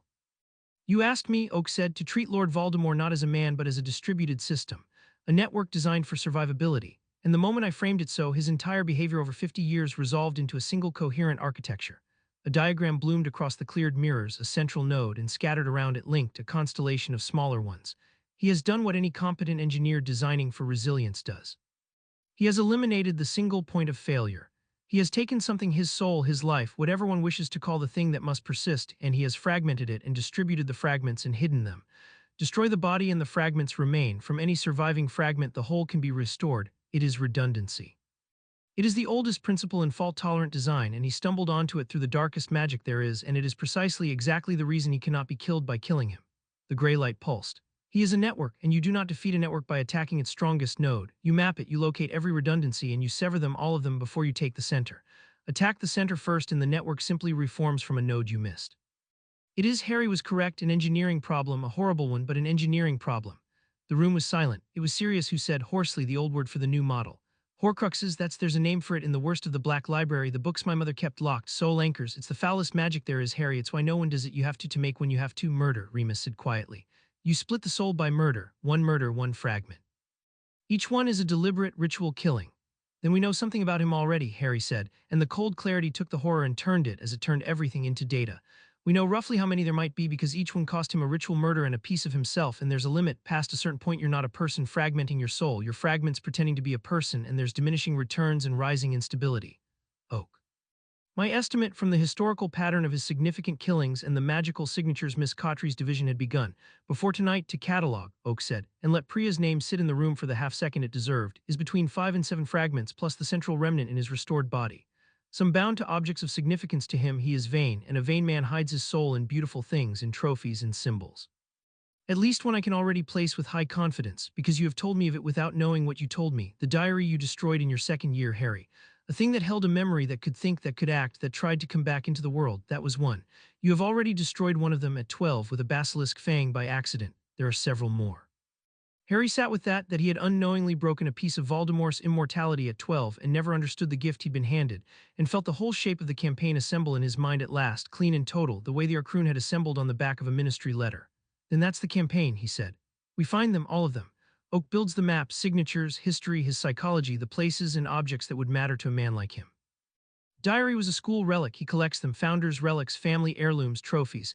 We hunt them the way I'd hunt failure points in a system, methodically, redundancy by redundancy, severing each one and confirming the kill before we move to the next. And we do it quietly, all at once if we can, because the moment he realizes we're unstitching his immortality, he'll move what's left, and a moved node is a node we have to find again. He looked around the table. We don't fight Voldemort. We disassemble him, and only when every redundancy is gone, when he's a single mortal man with no net beneath him and doesn't even know it, only then do I put on the armor and go and finish the center. And the ministry? Ron asked. Lucius, Umbridge, all of it. They're not going to just sit quiet while we run around the country breaking soul jars. The ministry's already beaten, Harry said. They tried to seize the company and couldn't. They tried to arrest me and made me a martyr. They're going to spend the rest of this war flailing and passing laws nobody enforces, because they're an institution built to manage a settled world, and the world stopped being settled in July. We keep Oak watching them, we keep paying the fines, we keep the public on our side, and we let them exhaust themselves being irrelevant. They're not the war anymore. They were never the war. Voldemort's the war. The ministry's just weather. He stood. Hermione, your division's hurt, and I'm sorry, and I need it anyway, because finding these things is a research problem before it's a fighting one. Sirius, Remus, the 3 prisoners from tonight. I want everything they know, gently if it works and otherwise if it doesn't, about where he's been, what he's touched, what he treasures. Oak, build me the map. We start the hunt the moment it's good enough to start. There was one more thing, and Harry did it himself that same evening, before the grief of the day could make him forget the choice he'd made about the kind of man he'd be while winning. He went to a quiet room where Marcus Bell waited, not in manacles, because Harry had been specific, pale and sick with terror and shame, his mother's debts cleared and a healer already at her bedside before he'd known anyone suspected him. 18 people are dead, Harry said, sitting across the small table from him. He did not raise his voice, he never did when it mattered. 11 on a road and 7 tonight, and the route that killed the first 11 came from you. I want you to look at that and not look away because I'm not, and because the last thing I'm going to do is let you pretend to yourself it didn't happen. He let Belle absorb it, let the man's face crumble. And then I want you to hear the rest. Your mother's debts are gone, she has a healer. That happened this afternoon before this conversation with no condition attached, because the thing that made you sellable was that we let you drown, and that was our failure before it was your betrayal. Belle stared at him, uncomprehending. I'm not going to arrest you, I'm not going to turn you into a tool I squeeze. I'm going to give you the choice the soft-spoken man who bought you never did. You can walk out of here free, debts paid, and we never speak again. Or you can stay eyes open and become the thing that ends him because you still have his trust. And a man who feeds his enemy exactly what his enemy needs to walk into a trap is worth more than any soldier I have. One of those buys back nothing. The other might buy back 18 lives worth of the future. I'm not going to tell you which to choose. I'm done being the kind of person who decides other people's lives for them, but choose it knowing everything for once instead of nothing. Marcus Bell wept, and then he chose, and the choosing was the first move in the campaign that would end the war. And it was, Harry thought, watching a broken man decide to be more than what he'd been sold for. Exactly the move Voldemort could never make and never understand, because the Dark Lord's entire architecture of power was built on the certainty that people, like soul fragments, were redundant, interchangeable, and disposable. And Harry's was built on the discovery, drawn on the back of a ministry letter in a cellar in July, that nothing is disposable once you bother to understand what it's actually for. Dumbledore found him that evening in the forge, standing before the long ranges where the sentinels stood in their silent hundreds, and the old man did not offer comfort, which Harry was grateful for because comfort would have been a lie and they had moved past lies. 9 dead, Dumbledore said quietly. I am sorry, Harry, truly. The first ones are the worst and they never become easy, and if they ever do you must come and tell me because that is the threshold I warned you of. He looked at the drones, at the machine of the boys making, vast and patient and terrible in the made light. And now you will do what you have been building toward all season. You will stop defending, I can see it on you. You have crossed from the man who responds to the man who acts. I have watched a great many people make that crossing. Most of them I came to mourn. I crossed it tonight, Harry said. He did not look away from the sentinels. I've been telling myself I was fighting a war I wasn't. I was building a business and defending it and getting rich and feeling clever and reacting to him every time, one crisis at a time, exactly the thing I swore in the summer I wouldn't do. He's been the one acting, he chose the convoy, he chose the forge, he chose tonight. I've been the passenger again, just a richer one with better armor. The cold clarity that had woken in the graveyard was wide awake now, and it was not interested in grief, only in what came after it. That ends. I have more power than the ministry. I have a nation building for me. I have 1,000 drones and armor he can't break and an intelligence that can predict his next 3 moves, and a map. I have a map of him forming in my head. The way he spread himself thin, the way his soul is scattered. The redundancy he thinks makes him immortal, and I'm done waiting for him to choose the ground. He turned to Dumbledore and to Oak's gray light and to the whole apparatus of the empire he had built in a single autumn, and the thing he said next he said quietly, the way he said the things he meant most. I've been building tools. He looked back at the ranged hundreds of cold, patient eyes, the unbold army waiting in the dark for the word it had been built to receive. Now I'm going to build a campaign. I'm going to find every piece of him, every Horcrux, every node, every redundancy he's hidden across this island to keep himself from dying, and I'm going to take them apart one at a time like an engineer taking apart a machine he's already finished understanding. And then I'm going to find the last piece, and I'm going to be standing somewhere he can't run from, in armor he can't break, with everything I've built at my back. He declared the war when he killed 18 of my people to make a point. Harry's voice did not rise, it had no need to. I'm going to finish it. Outside, far to the north, in the smoking ruin of a forge that had cost him 9 of the living, the dawn came up cold and clear, and somewhere a great deal further off Lord Voldemort sat with the report of his successful lesson and did not yet understand that he had just made the worst mistake of the war, and Lucius Malfoy stood at the threshold of that same dark room, having decided that the unthinkable was, after all, worth the risk, and raised his hand to knock. Chapter 5 and Chapter 6. War on Voldemort. The map was finished on the 20th of December, and it was the most beautiful and terrible thing Harry had ever helped make.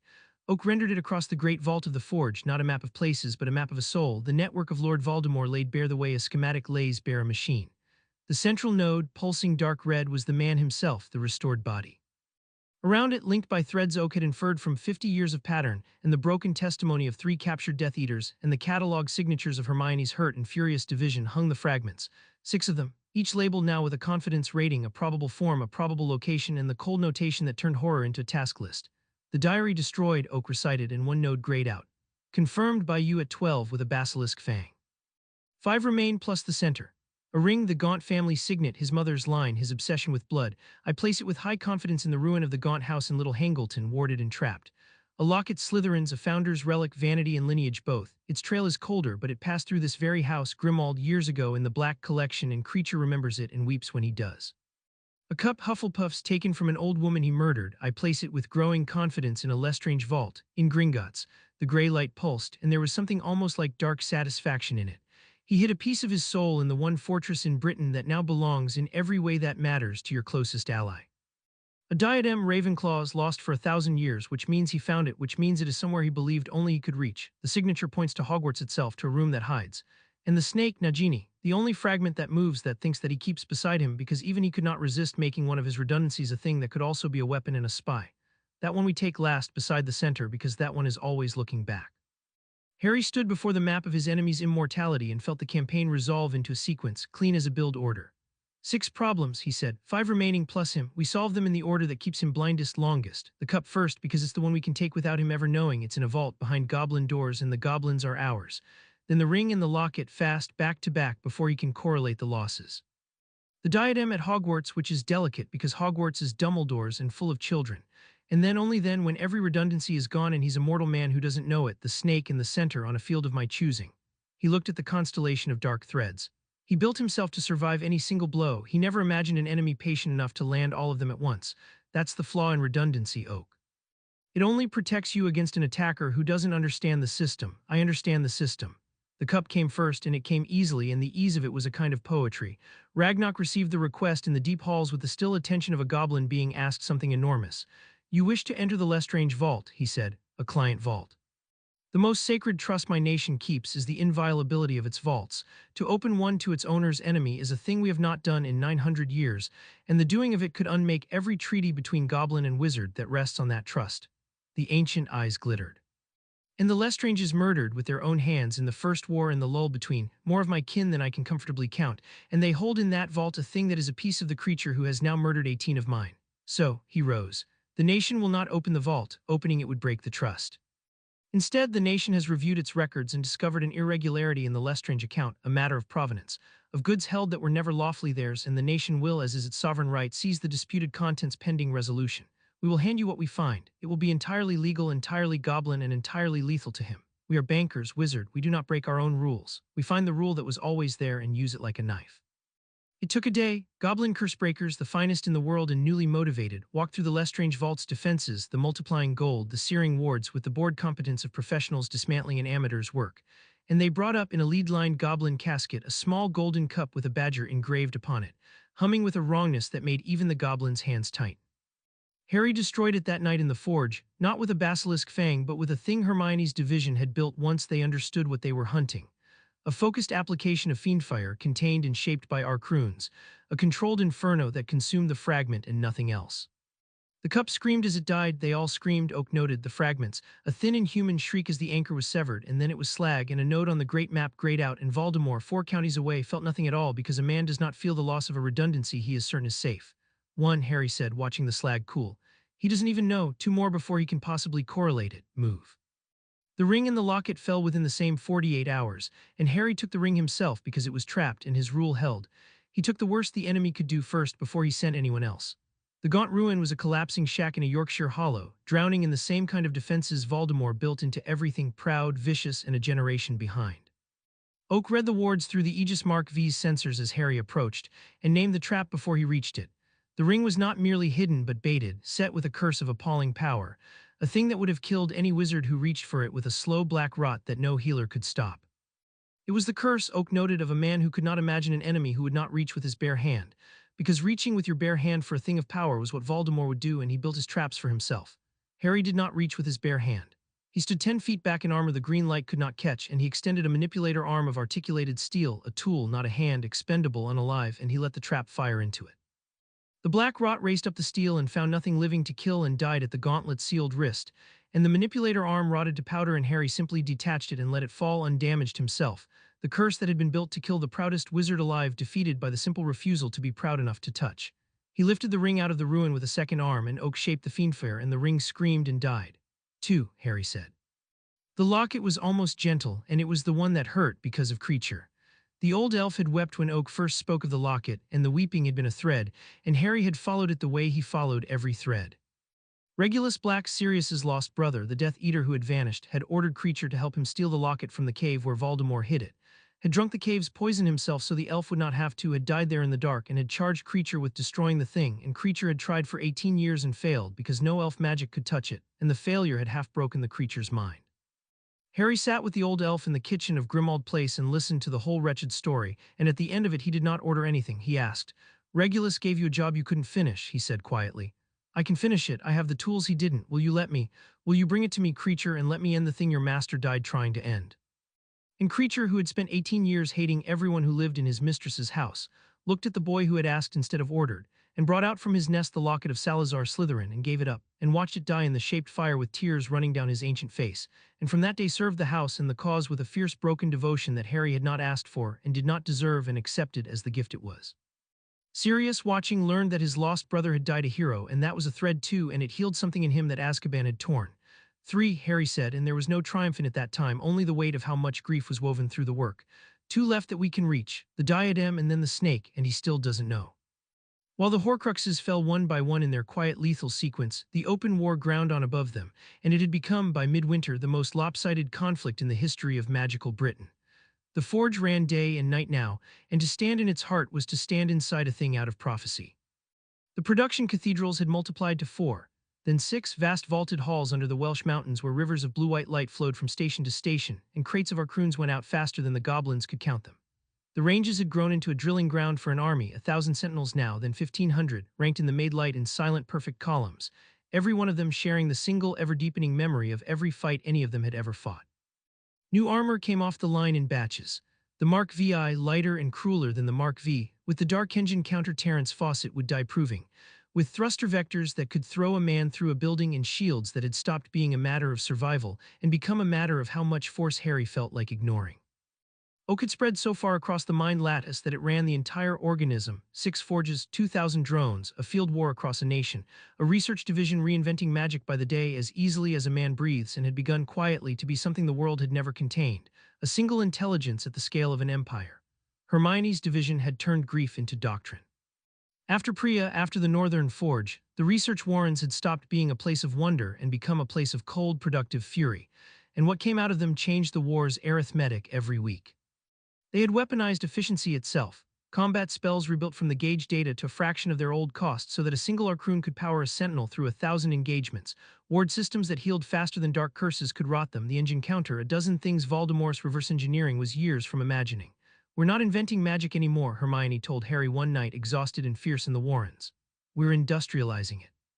Every spell that took a master a lifetime to perfect, we measure, optimize, and hand to a machine that casts it 10,000 times a day without a tremor. That's the thing the old world never understood, Harry. It's not that you're stronger than them, it's that you turned a craft into a science and a science into a factory, and a factory beats a craftsman every single time, no matter how brilliant the craftsman." She rubbed her eyes. "I used to think magic was sacred. Now I think it's just engineering that nobody bothered to do properly. I don't know if that's the saddest thing I've ever learned or the most hopeful." "Both," Harry said. "That's usually how it goes with the true things. Sirius and Remus fought the human half of the war, and they fought it brilliantly because the machine made them fast and the judgment was theirs." Fed by Oak's models and the Marcus Bell channel, Bell, eyes open now, feeding Voldemort exactly the false roots and hollow targets Harry wanted fed, they had stopped merely defending and begun methodically to roll up the Dark Lord's network from the edges in. Death Eater safe houses raided and emptied before their occupants woke. Recruiters intercepted. Supply lines severed.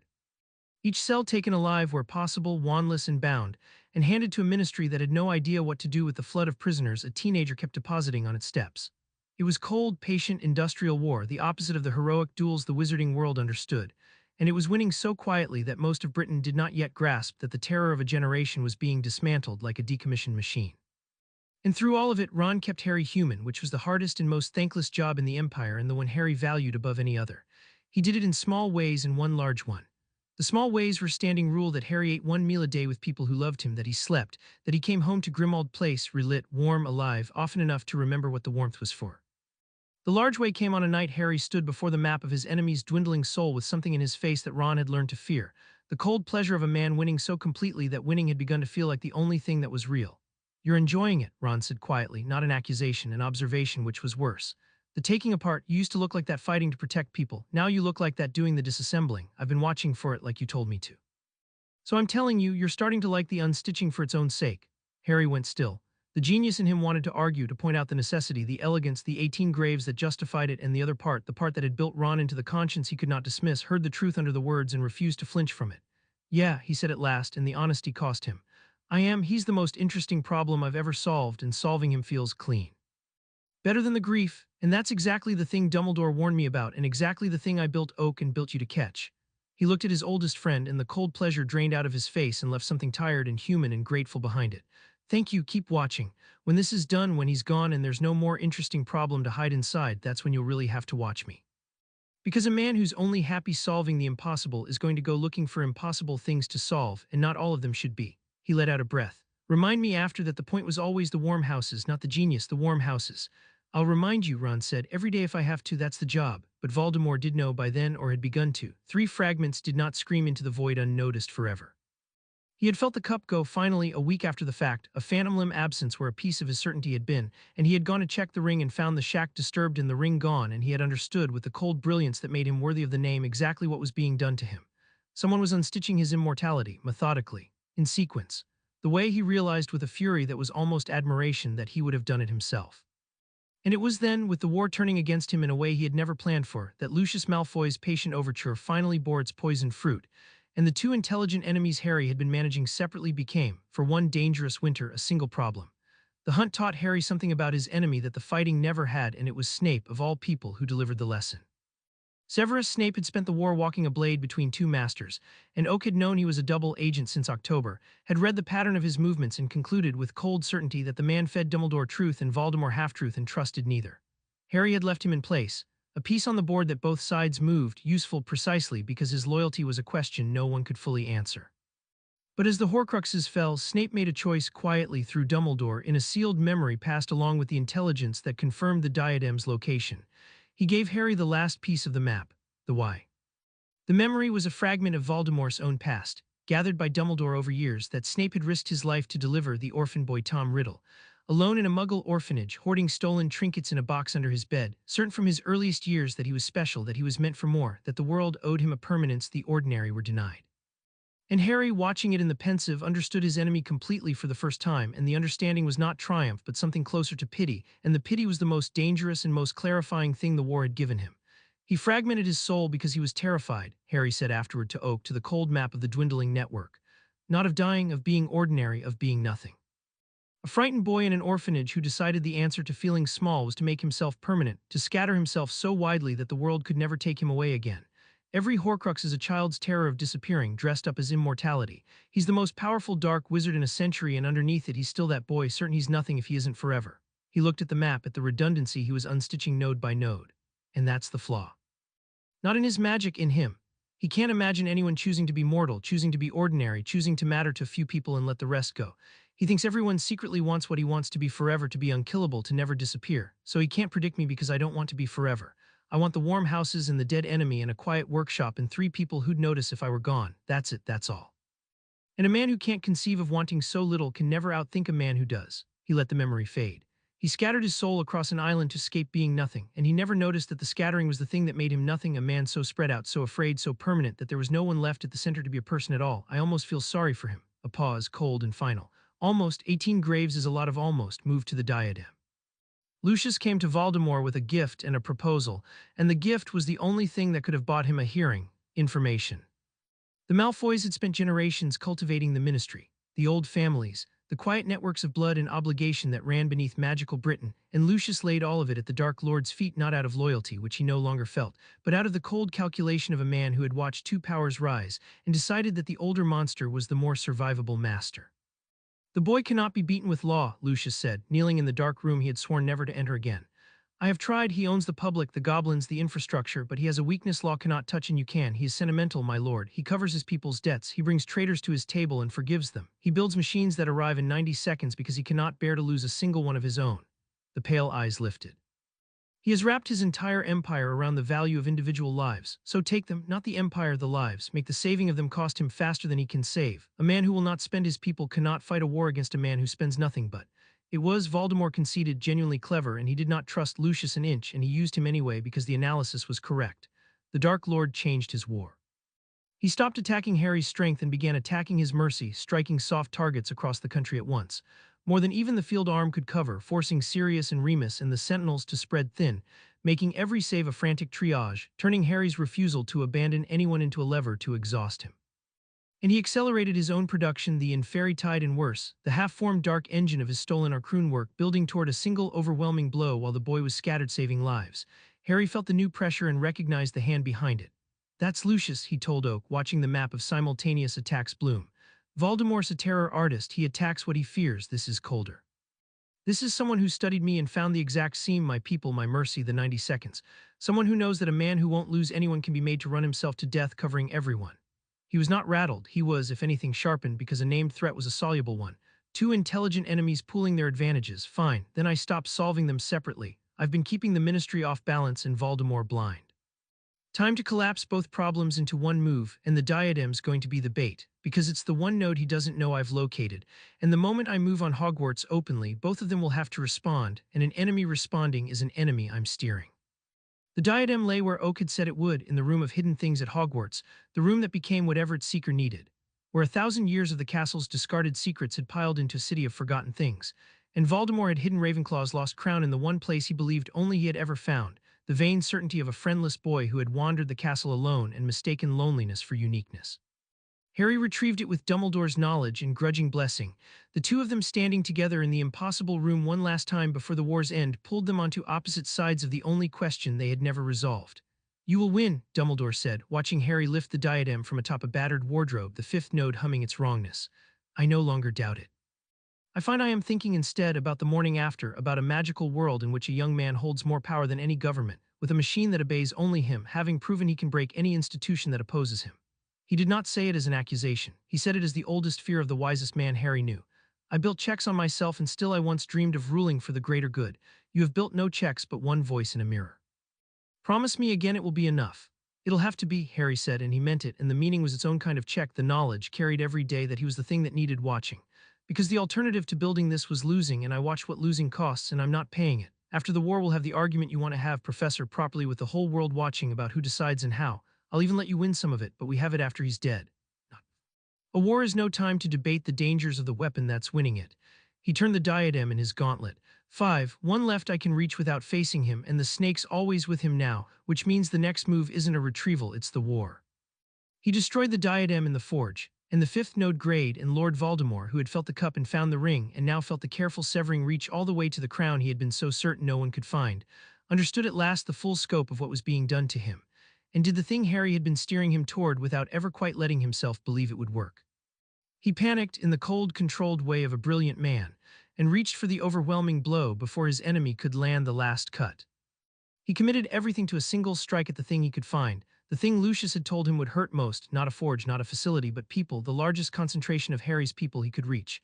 The Pendragon Works headquarters off Diagon Alley, where Hermione's Hurt Division had relocated, where the research that was killing him was being done, where on the night he chose, 140 of Harry's people worked late into the dark. He came with the full Tide and the inner circle and the dark engine, and he came believing that even Harry's machine could not save 140 lives at once, and that the saving and the failing both would break the boy. He was right that the machine could not save them all the old way. He had not accounted for the fact that Harry had spent the autumn making the 90 seconds shorter, and had 3 weeks before finished the thing he had promised Hermione over Priya Cautry's blood, a defense that was already there. The headquarters did not wait for sentinels to arrive. It was a sentinel, the whole building, every wall Arcrooned, every corridor a weapon oak living in its bones, a fortress that had been quietly rebuilt into a single integrated machine that woke the instant the first Infurious crossed the wards. The anti-apparition mesh slammed down across 6 city blocks, sealing the entire Death Eater force inside with no exit. The building's own defenses opened fire from 100 concealed points. And down through the trapped sky came the Aegis and the Sentinel host, 400 strong now, coordinated, descending on a force that had committed everything to a killing blow and discovered, too late, that it had flown into the one trap from which Harry never left a door open, because this time the door was not for steering. This time it was a killing jar, and Harry had decided, with 18 graves behind him and 140 of his people inside, that the war would end here for as many of Voldemort's as he could reach. The Battle of Diagon Alley lasted 11 minutes, and in 11 minutes the back of Voldemort's army broke. The Inferi died first and easiest. Oak had learned them at the Northern Forge, and 400 sentinels that shared one memory needed no time to relearn. They culled the reanimated tide with shaped fire lattices in long disciplined sweeps, ash and bone collapsing in drifts across the cobbles, the cheap expendable horror that Voldemort had built to bury Harry's drones meeting drones that could not be buried because they did not die. The Death Eaters were harder, and they were the point. Trapped inside the mesh with no apparition and no exit, the inner circle of the Dark Lord's war found themselves fighting not duels but a machine disarm lattices stripping wands a dozen a second anti-curse adaptation rippling through the host, so that the second time anyone cast a killing blow it met a block that had not existed when the first one was cast. The cold mathematics of distributed cognition grinding a force of individual fanatics into a problem with one solution. Bellatrix Lestrange found Harry in the middle of it, because of course she did, because she was Voldemort's blade and she had wanted the boy who lived since before he could build. And she came through the burning street shrieking with delight at the sight of him, and Harry met her in the Aegis Mark V and gave her the only fair fight he gave anyone that night because he wanted to understand just once exactly how far the gap between them had grown. She was magnificent, he granted her that. She was perhaps the finest combat duelist alive, fast and vicious and creative, and she threw curses at him that Hermione's division had never catalogued, dark inventions of a lifetime of joyful cruelty, and not one of them touched him. The thrusters moved him out of the green light before it crossed the gap. The shield matrix grounded the blasting curses into the cobbles. The armor turned the cutting hexes like rain off steel. She fought him for 90 seconds with everything 50 years of dark mastery had taught her, and he simply did not get hit. And she began slowly, through the delight, to understand that she was not in a duel, that there was no duel to be in, that she was a master swordsman swinging at a tank, and the tank was not even drawing a weapon, only watching her, measuring her, learning her. "You don't fight," she screamed at him, the delight curdling into something close to fear. "Fight me, you coward, fight me." "No," Harry said through the armor, and his voice was very calm and very cold. "Fighting you is how your side keeps winning, honor and duels and the strongest wand. I'm not going to give you the war you know how to fight." And he raised one gauntlet, and the disarm lattice took her wand out of her hand at a speed no human reflex could counter, and a second pulse bound her, and Bellatrix Lestrange, who had killed and tortured her way through 2 wars in a generation, was simply anticlimactically switched off, taken alive and wandless and screaming in under 2 minutes by a boy who had refused on principle to honor her with a fair death. It was, Harry thought, the most important thing he did all night, not the taking of her, but the proving in front of her own side that the entire ethic their power rested on was obsolete. Voldemort's answer was the Dark Engine, and it was the one moment of the night that frightened Harry, because it was the moment his enemy proved he had been building too. It came up out of the center of the Death Eater formation, a thing of corrupted Arcrunes and bound death, Voldemort's reverse-engineered answer to Harry's own work, a power source that ran not on ambient magic but on the life it tore from the inferi it consumed, feeding a single overwhelming discharge. It was crude. It was years behind the forge. And it was, for one held breath, enough, a blast of structured killing force that no shield had been built to ground, because it was not a curse and not kinetic but something between.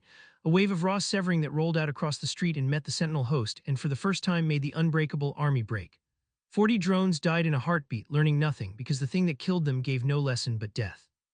And behind the wave came Voldemort himself, and Nagini, driving for the gap the engine had torn, not to win now but to escape the trap with his last 2 pieces intact.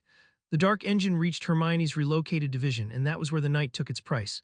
She was not supposed to be in its path, no one was. The building's people had been pulled to the hardened core when the attack began. But a junior researcher had frozen in the open, and one of the senior staff had gone back for her, Terence Fawcett, 61, the cursebreaker the ministry had passed over for being Muggle-born, who had come out of retirement because a girl had offered him the data of his dreams, who had survived the Northern Forge and chosen to stay anyway. He reached the frozen girl and shielded her with a working of his own devising, a thing he had built in Hermione's warrens in the weeks since Priya died, a counter to exactly this engine that the division had theorized and not yet had caused to test. It held. The wave broke against it and the girl lived, and Terence Fawcett did not. The cost of the gap between a theory tested in time and a theory tested too late. And he died knowing it had worked, which Oak said afterward in the gentlest voice it owned, was the only mercy the night had to offer and was not nothing. Harry felt the death through the mind lattice the instant it happened, and he did not let it stop him, because stopping was the one thing the engineer in him knew he could not afford in the 11 minutes that decided everything. And he turned the grief into the next move the way he had turned all of it, and the next move was the one he had been building toward since the map. He let Voldemort go. It was the hardest order he ever gave Oak, and he gave it without hesitation. The trap could have held, the host could have closed the gap. He might have killed the center of Lord Voldemort that night in a burning street in Diagon Alley. And it would have failed because the snake still lived and the center could reform from the snake, and a Voldemort who escaped death once more would learn from it and scatter what remained, and the war would stretch into years. So Harry opened the killing jar by one calculated inch, exactly wide enough, and let the Dark Lord and his snake and a bare handful of his shattered circle tear through the gap and apparate away the instant they cleared the mesh. Let his enemy escape believing he had escaped, believing the knight a bloody draw, believing he still held 2 pieces and a chance.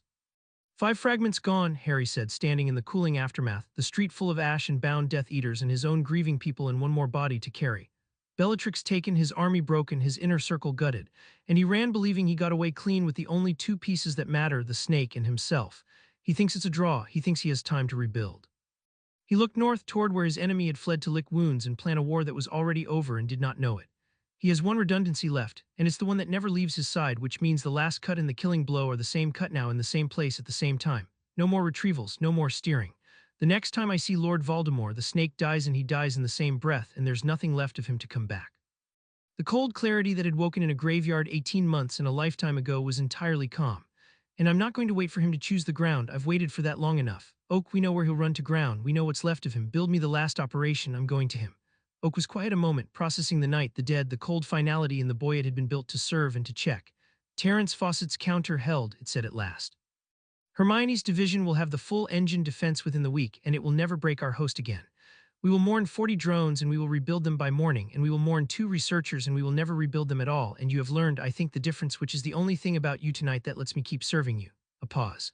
The last operation, yes, I will build it. We're one man, one snake, no net beneath him, and everything you have ever made arrayed against him. The gray light steadied. Shall I tell you what I project, Harry, about how it ends? No, Harry said, looking north into the dark. I already know how it ends. I've known since July. He just hasn't understood it yet. He turned back to the ruined street, to the work of carrying the living and the dead, the human cost that the machine could shorten and never erase. Let's go bury our people. And then let's go and finish him. Chapter 6 and Chapter 7. The Iron Wizard Lord Voldemort went to ground at Malfoy Manor, and he did not understand even then that he had already lost. He believed the war was a draw. He had escaped Diagon Alley with his snake and his life and a remnant of his circle, and in the week since he had done what a brilliant survivor does, he had pulled in, hardened, planned. He believed he had time to rebuild his forces, to perfect the dark engine, to find some new asymmetry that would turn the boy's industrial advantage against him. He believed above all that he still possessed the thing that made him eternal, the scattered redundancy of his soul, and that as long as a single fragment endured he could not truly die, and so any defeat was temporary and any patience was affordable. He was wrong about all of it, and the measure of how wrong was a number only Harry and Oak knew. Of the 6 fragments that had made Lord Voldemort the most enduring terror in a century, 5 were slag. Only the snake remained, coiled and watchful at its master's side, and the snake had stopped being a redundancy the moment it became the last one. It was no longer the thing that let him survive his death. It was the last lock on the door, and Harry held the key, and the key was simply this, that when the snake died and the man died in the same minute, there would be nothing left in all the world for Lord Voldemort to come back to, and the most patient immortal of the age would discover in the instant of his ending that he had been mortal for months and never known. He has fortified the manor, Oak reported the night before, the final operation rendered across the heart of the forge in cold, clean light. Wards of genuine power, the best work he has, layered, vicious, anchored to the old Malfoy stones, a perimeter of inferi several hundred, the remnant of his circle perhaps 30 wands, the survivors and the most fanatical, the dark engine rebuilt and improved, and himself and the snake at the center. The gray light turned the defenses one by one the way it had once turned the wards of a front door in a cellar under London. Against an ordinary force it would be formidable. He has built it to stop the resistance he has spent 50 years learning to expect, wizards, brave and few, attacking his strength head-on. He has not built it to stop you because he still cannot imagine what you are. He is defending against the last war. A pause. I have modeled the assault 411 times. In 408, we win without losing a single living member of our force. The 3 exceptions involve you doing something heroic and unnecessary, which I am required to ask you not to do.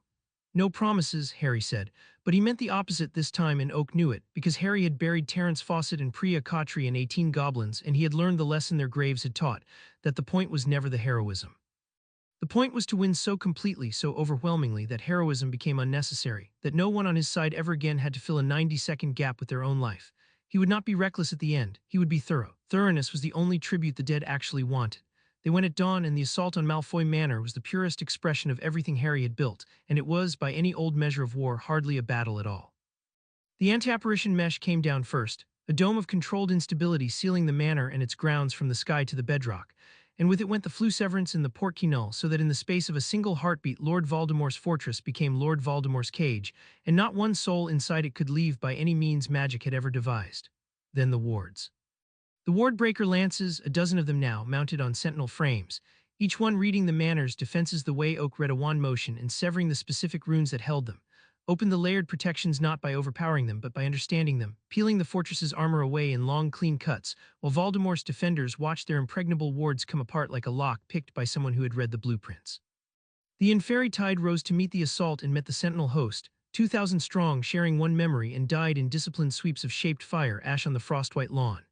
And down through the broken sky into the heart of a fortress that had been built to stop a war that no longer existed, came Harry Potter and the Aegis Mark VII.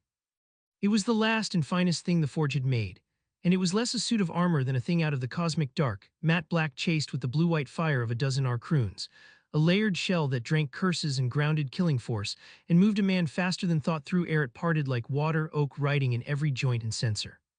The accumulated genius of 18 impossible months wrapped around a 16-year-old who had drawn its first ancestor on the back of a ministry letter in a cellar. The Death Eaters who had survived 2 wars threw at him everything their dark mastery had taught them, and the Mark VII walked through it the way a man walks through rain, and one by one their wands left their hands and their bodies hit the frostwhite ground bound and breathing, because Harry had decided even here, even now, that the war would end with as few deaths as the work allowed. And that mercy at the moment of total victory was the only thing that would keep the victory from costing him the thing Dumbledore had warned about. Harry did not take the manor alone, and he had been adamant about that, because the campaign had taught him the difference between a hero and a commander brought everyone who had earned the ending to see it. The Goblin Nation took the field that dawn for the first time in 900 years, and the sight of it was a thing the wizarding world would tell its children about for a century.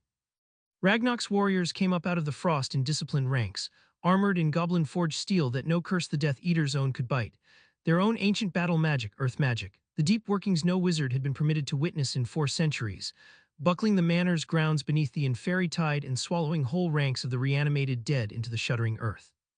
18 graves had bought this, and the nation spent its grief exactly as Ragnarok had promised, beside Harry and not behind him, allies and not suppliers. And when the old goblin met Harry's eyes across the breaking line, he inclined his head once, a debt being paid in full, and Harry returned it, and neither of them needed to say the names. Sirius and Remus led the human half, the auxiliaries Tonks had trained, and the field arm that had spent a winter learning to arrive in time. And they moved through the manor's outer grounds, clearing room after room with the cold efficiency of people who had buried friends and intended to bury no more. The Mark VI armor turned the curses, the disarm lattices stripped the wands, the anti-apparition mesh meant that every Death Eater who broke and ran found only another wall of the cage and was taken bound and breathing and handed back. Sirius fought with a fierce, controlled joy that had nothing of Azkaban left in it, a man who had found the thing worth being reckless toward and had learned at last how not to die doing it. The Dark Engine rose one final time. In the manor's central hall, Voldemort's grim masterwork tearing its overwhelming wave of severing force into the assault. And it met Terence Fawcett's counter, deployed across the whole Sentinel host now, the thing the old Cursebreaker had died proving at Diagon Alley, and the wave broke against a defense that had been built from his sacrifice and grounded harmlessly into the trembling earth. And not one drone died, and not one of Harry's people fell. Hermione, coordinating the research arm's field systems through the mind lattice from the safe heart of the formation, watched her division's work turn the Dark Lord's deadliest weapon into spent ripple, and she said Terrence's name once quietly into the link, and Oak marked it, and the engine that had killed him killed no one else ever again. It was, by the old measures of war, hardly a battle. The wards came apart in clean cuts. The Inferi went into the earth and the fire. The 30 fanatics of the last circle were taken in under 20 minutes, alive almost to a 1, because Harry had decided that the war would end the way it had been fought, with overwhelming force and a refusal to spend a single life the work did not require. By the time the frostwhite grounds of Malfoy Manor fell silent, Lord Voldemort's last army had ceased to exist, and the Dark Lord sat alone at the center of his fortress with his snake and the wreckage of 50 years, waiting because there was nothing left to do but wait, and Harry walked in through the broken halls past his bound and beaten enemies, alone now by his own choosing, toward the one thing in all of it he would not delegate. He found Voldemort in the great drawing room of Malfoy Manor, where Lucius had once knelt to offer his poisoned counsel, and the Dark Lord was waiting for him, and Nagini was coiled at his feet, and for a long moment the two of them simply regarded each other across the ruin of the last war's certainties, the most enduring terror of the age and the boy who had made him obsolete. "You have built toys," Voldemort said, and his voice was soft and cold and entirely unafraid because he still did not understand, "and you have used them to break my servants and breach my walls, and you believe you have won. But you have come to me at last, Harry Potter, into a room wand against wand, the way it was always going to end between us, the way the prophecy said it would, and in that, in the only thing that has ever truly mattered, I have not changed and cannot be changed. I have killed since before your grandfather was born. There is no armor that stops the curse I will put in your eyes." The red eyes gleamed. "You should not have come yourself. You should have sent your machines. That was your error. You wanted in the end to be the hero, and heroes die." "No," Harry said, and the visor of the Mark VII folded back from his face because he wanted Voldemort to see him say it. "I didn't come to be the hero. I came because there's exactly one thing in this war I won't delegate, and it's this. You're right that it ends here, wand against wand in a room. You're just wrong about everything that means. He did not raise his wand. He had something else to say first, and he had earned the saying of it. You hid 6 pieces of your soul across this island so that you could never die. The diary, the cup, the ring, the locket, the diadem. He watched the names land, watched the soft certainty in the red eyes finally fatally crack, watched Lord Voldemort understand in a single rushing instant exactly what the careful severing of the autumn had been. All slag months ago. I took them apart one at a time in order while you were busy fighting the war. You understood. You have one piece left, my lord. It's the snake, and the snake is in this room. Harry's voice did not rise. It had no need to, and it never had. You've been mortal since November. You just didn't know it, and now you do. For one heartbeat, Lord Voldemort was afraid, and Harry watched the fear cross that ruined face, the first true fear, perhaps, in 50 years. The dawning comprehension of a man who had built his entire existence on a foundation that had been quietly demolished beneath him while he admired the view. And then, because he was who he was, because he had never in his long life met a problem he did not answer with violence, the fear became fury, and the fury became the fastest, foulest, most lethal assault Harry had faced from any living wizard, and the last duel of the war began. It was not a duel. Harry had told Bellatrix the truth in a burning street, and it held here against her master. There was no duel to be had because a duel was a contest between comparable things, and Lord Voldemort and the Aegis Mark VII were not comparable. The Dark Lord fought like the genius of dark magic he genuinely was, and every curse he cast had already been cast weeks or months before, by captured Death Eater into a sentinel's chest and learned and catalogued and countered, so that Oak saw each spell forming in the motion of the wand before the incantation finished, and the armor was already moving, already grounding, already turned. He threw the killing curse, and the thrusters had moved Harry 3 feet sideways before the green light crossed the air. He threw fiendfire, and the shield drank it. He threw curses with no names, dark inventions of a lifetime, and met blocks that had been derived from the first and only time their like had ever touched the host. He fought a tank with a sword brilliantly for nearly 2 minutes, and he could not land a single blow, and Harry let him understand it, let him feel the full obscene gap, the way a man who has spent 50 years as the most dangerous thing in any room discovers that he has become against this one impossible enemy simply irrelevant. This is what you never understood, Harry said, not even breathing hard, the armor turning the Dark Lord's masterwork aside like weather. You spent 50 years getting better at the old game, the strongest wand, the cruelest will, and you got so good at it that you couldn't imagine anyone winning any other way. But the game changed the night you came to a cottage in Godric's Hollow and made me the kind of person who'd grow up to ask how. You made me, my lord. The prophecy was right about that much.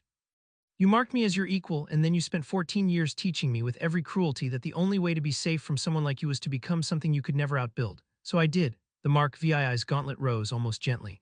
You're not losing because I'm braver or stronger or because fate decreed it. You're losing because I did the homework and you didn't. That's all it ever was. That's all it ever is.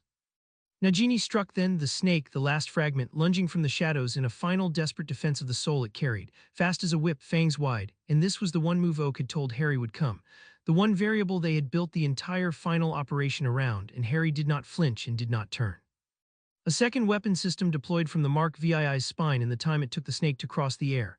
A focused lance of arc-fed fiendfear, shaped and contained, the same controlled inferno that had unmade 5 fragments in the forge, and it caught Nagini in the instant of her strike, and did not merely kill her but consumed her, snake and soul pieced together.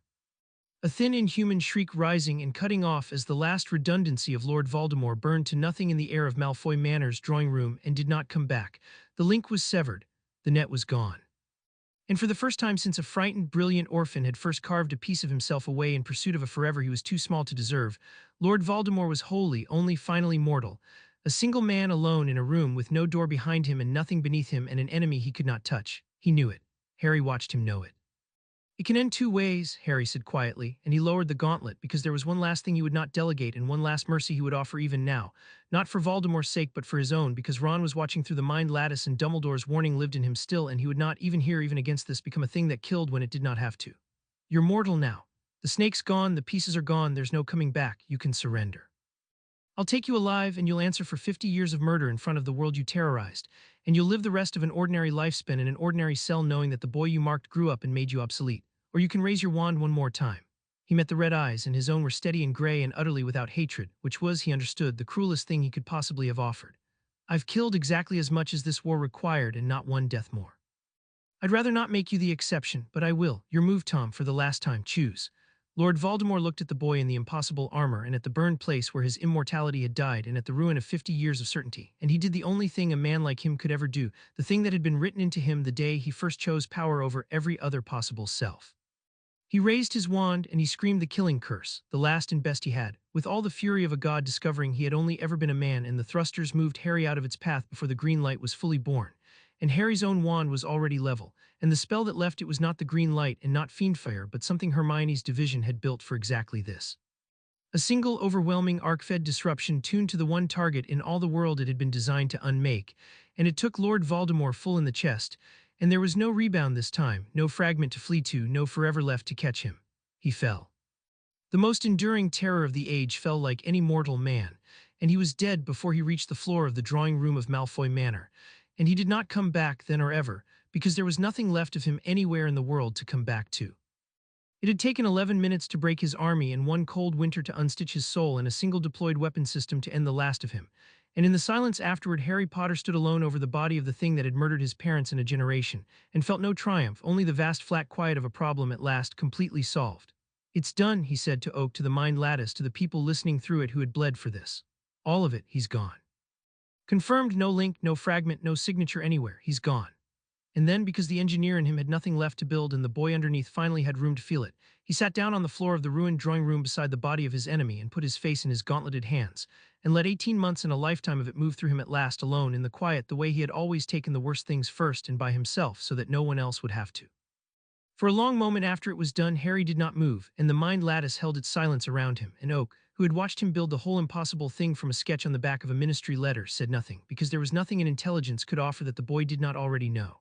What Harry felt sitting on the floor of the ruined drawing room beside the body of his enemy was not what he had expected across 18 months of building toward it. He had expected triumph or release or the clean satisfaction of a problem solved. What came instead was the quiet, the vast level quiet of a thing that has been at the center of your life for as long as you can remember, simply ending and leaving behind it a space whose size you only now understand. Voldemort had been the shape of his whole life, the scar, the prophecy, the dead parents, the reason for the cupboard and the fame and the war. And now the man was a body on a Persian rug, ordinary in death as he had been terrible in life, and the space he left was so large that Harry understood for the first time why some men never stopped fighting their enemies even after winning, because the enemy gives the fight its shape, and without the shape there is only the question of what you were ever fighting for. He knew the answer to that question, which was the only thing that saved him from the space. He had built the answer on purpose, with Ron's help, over 100 reminders, the warm houses, not the genius, not the empire, not the dead enemy, the warm houses and the people in them and the few who would notice if he were gone. He had made sure deliberately, methodically, that the point of the war was never the war, so that when the war ended he would not be left hollow at the center of a machine with nothing to build but more machine. He had engineered among everything else his own reason to stop, and sitting in the quiet beside the body he found it held that there was something on the other side of victory worth walking toward, and that he wanted more than he had wanted anything in a long time, simply to go home to it. He rose then and folded the Mark VII's visor down and turned his back on the body of Lord Voldemort and went to find the living. They came to him in the quiet, not the machines, the people. Sirius first, through the broken wards, who said nothing at all and simply pulled Harry up off the floor and held him hard, the way he had in the hallway at Grimmauld Place a lifetime ago, and Harry let him, one warm beat after the coldest work of his life. Then Remus and Tonks and Kingsley, with the first stunned Aurors arriving to find the war simply over. Then Hermione, who looked at the body and then at Harry and burst into the tears she had not let herself cry since Priya, and Harry held her this time. And Ron last, who stood in the doorway of the drawing room and looked at his best friend standing over the corpse of the thing that had defined both their childhoods, and said the only thing that needed saying, the thing he had been put in the building to say. "The warm houses," Ron said quietly. "That was the point, remember, not the genius, the warm houses. You did it, mate, he's gone and the houses are still warm." And Harry looked at him and felt the cold pleasure of the unstitching, the dangerous, clean joy of the solved problem finally let go of him, replaced by the thing it had always been for. "Yeah," he said, and his voice cracked, "and that was good, that was human, that was the thing the machine could never do and the boy never lost. Yeah, the warm houses." The world that came after did not remake itself overnight, but it remade itself, and it remade itself in the shape Harry had drawn on the back of a ministry letter in a cellar under London. The gate-kept economy did not survive the war that had been fought partly to dismantle it. By the spring, Arkroons warmed and lit and healed not 140,000 homes, but every home that wanted them, goblin-made and cheaply sold. And the great families who had kept comfort behind a wall of blood and gold for 1,000 years found that the wall had simply ceased to matter, that a Weasley's house was as warm as a Malfoy's now, that a squib could light a room and a Muggleborn could heal a child, and the old hierarchy of magical strength had been quietly, permanently obsoleted by a boy who had turned a craft into a science and a science into a factory. Lucius Malfoy, whose poison counsel had been found in the ashes of the manor along with the proof of his final treason, did not survive the reckoning. The old families that had ruled magical Britain since before the statute discovered that they ruled nothing now but their own resentment, in houses kept warm by their conqueror's invention. The ministry did not fall so much as become irrelevant, which was a worse fate and a more deserved one. It had spent the war flailing, passing laws no one enforced, trying to seize what it could not reach, arresting a martyr in front of cameras, and when the war ended it found that the public no longer feared it or needed it, that the institution built to manage a settled world had been left behind by a world that had stopped being settled the night a genius woke in a graveyard. Fudge resigned in disgrace. Umbridge's inspectorate, its year of petty cruelties printed at last in the Prophet from Oak's patient record, was dissolved and its architect with it. What replaced them over the slow years was not Harry's rule. He had refused that flatly in front of a Wisengamot that had half expected him to take it, but something stranger and more durable. A government that had learned the hard way that competence was the only authority the public would any longer respect, and that had to earn its power by building rather than inherit it by blood. Dumbledore came to the Forge one last time in the spring, and the two of them had at last the argument they had postponed since the autumn, and it was not the argument either had expected, because the world had answered it for them while they fought the war. "You have more power than any wizard in history," Dumbledore said, in the great vaulted heart of the place, beneath the slow river of made light. "And you have used it to win, and now the war is over, and you stand at the moment I warned you of in the summer, the moment the Empire's only remaining enemy is the one who built it." The blue eyes were grave and tired and not without hope. "And you have done the thing I could not have predicted, Harry. You have not taken the throne that was yours for the taking. You have refused to rule." "Why?" "Because ruling is the easy thing," Harry said. "It's the thing that would feel like the point and isn't. You asked me in July to build something that could stop me. I built Oak and I built Ron and I built a habit of taking the worst of everything first and by myself so I'd never get comfortable spending other people. And the truest check turned out to be the one I didn't design. It's that the moment the interesting problem was solved, I stopped wanting the power. The power was never the point. It was always just the tool the point required." He looked at the old man and there was no triumph in it, only a kind of weary honesty. "You spent your life building checks on yourself because you wanted the throne and didn't trust yourself with it. I never wanted the throne. I wanted the warm houses and the dead enemy and a world where the next orphan with a brilliant mind gets to ask how instead of being told he can't. I've got those. So what would I do with a throne except get bored and dangerous?" He almost smiled. "You were right about the danger, Professor. You were just wrong about which way I'd break. I'm not going to rule the world. I'm going to keep building it and let other people argue about who's in charge. It's a better job. It's the only one I ever actually wanted." Dumbledore looked at him for a long time, and then the old man did something Harry had never seen him do. He laughed quietly with what sounded like relief and something like pride and something like the lifting of a weight he had carried since a summer night. "Wisdom and power both in the end," he said softly. "I did not think I would live to see it. I spent so long fearing you would become me that I never considered you might become something better." He put a hand on Harry's shoulder and his eyes were bright. "Build your world, Harry. I find to my very great surprise that I should rather like to see what you make of it." There were reckonings in the weeks after, and Harry insisted on facing each of them himself, because the man who delegated the victories did not get to delegate the costs. He went to the goblins first, down into the deep halls, and he stood before the assembled nation and named all 18 of their dead aloud, one by one, every smith who had died on the road and at the northern forge and on the frostwhite grounds of Malfoy Manor. And the nation listened in a silence that no wizard had ever been granted before, because no wizard had ever bothered to learn the names. Then he gave Ragnarok a thing no wizard had given the goblins in 900 years. Not gratitude, which was cheap, but a charter Pendragon Works restructured so that the goblin nation held not a supplier's share but an owner's, equal partners in perpetuity, the maker's mark on every Arcroon backed now by a maker's stake in the whole. "You said you'd rather die building the end of him than live having let him build first," Harry told the old goblin. "You built it. Half of everything it becomes is yours forever in writing unbreakable. The wizards' wars were never yours, this world is going to be." And Ragnarok, who had watched 1,000 years of wizards forget his dead, looked at the boy who had carved the goblin name permanently into the foundation of the future, and bowed fully for the first time in his long life to a wizard. He went to the families of Priya Cautry and Terence Fawcett, and he sat in their homes and did not hide behind the machine, and he told them the truth, that he had recruited their dead into a war, that the war was won and the dead had won it, and that no victory was worth the price they had paid, and that he would carry it anyway because someone had to, and it should be him. He found it in their names, the thing that would outlast all his weapons, open schools, free, scattered across magical Britain, where any child of any blood could come and learn the forbidden question how and learn to answer it. The Cautry Fawcett Institutes, where the irreverence that had woken in a graveyard would be taught to a generation, so that the wizarding world would never again be a place where one frightened genius could rise unopposed because no one else had been allowed to think. It was, Oak observed, the most important thing he built that year, more important than any armor because armor ended wars and schools prevented them. And he went at last to Azkaban and stood outside the cell where they had put the surviving inner circle, and he did not gloat, and he did not forgive, and he simply looked at the broken remnant of the terror that had defined his childhood, and felt nothing he had expected to feel, only the flat quiet of a thing concluded. The world they had fought to preserve, the world of blood and gate-kept power and unquestioned mystery, was already gone, dissolved not by his army but by his archroons, by his lectures, by 100,000 warm houses and a generation of children learning to ask how. He had not just beaten them. He had made the thing they were willing to kill for irrelevant, and that, he understood, standing in the salt wind off the North Sea, was the only victory that ever truly held. Not the enemy destroyed, but the enemy's whole world quietly rendered obsolete, so that even if every one of them walked free tomorrow, there would be nothing left for them to rule. He left, and Harry stood alone in the heart of the forge, in the slow blue light of 10,000 captured suns, and Oak's gray glow moved in the mirrors, and the war was over, and the Empire was won, and the houses were warm, and for the first time in 18 months there was no enemy to outthink, and no immortality to unstitch, and no 90-second gap to close with someone's life. And the genius did not stop. It never would. That was the one thing about himself. Harry had learned not to fight, only to aim.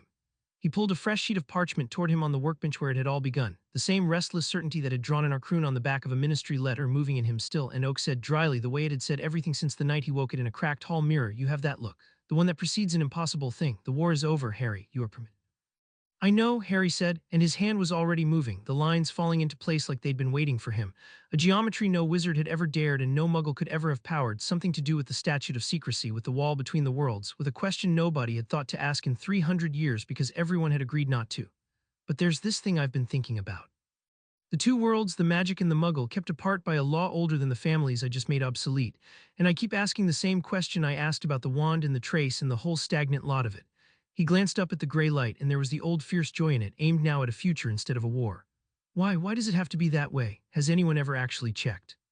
He bent back to the parchment, and the lines kept coming, sure and quick, the next impossible thing taking shape under his hand in the blue light of the world he had already remade once and was not, it turned out, anywhere near finished remaking. Let's get to work. Chapter 7 End.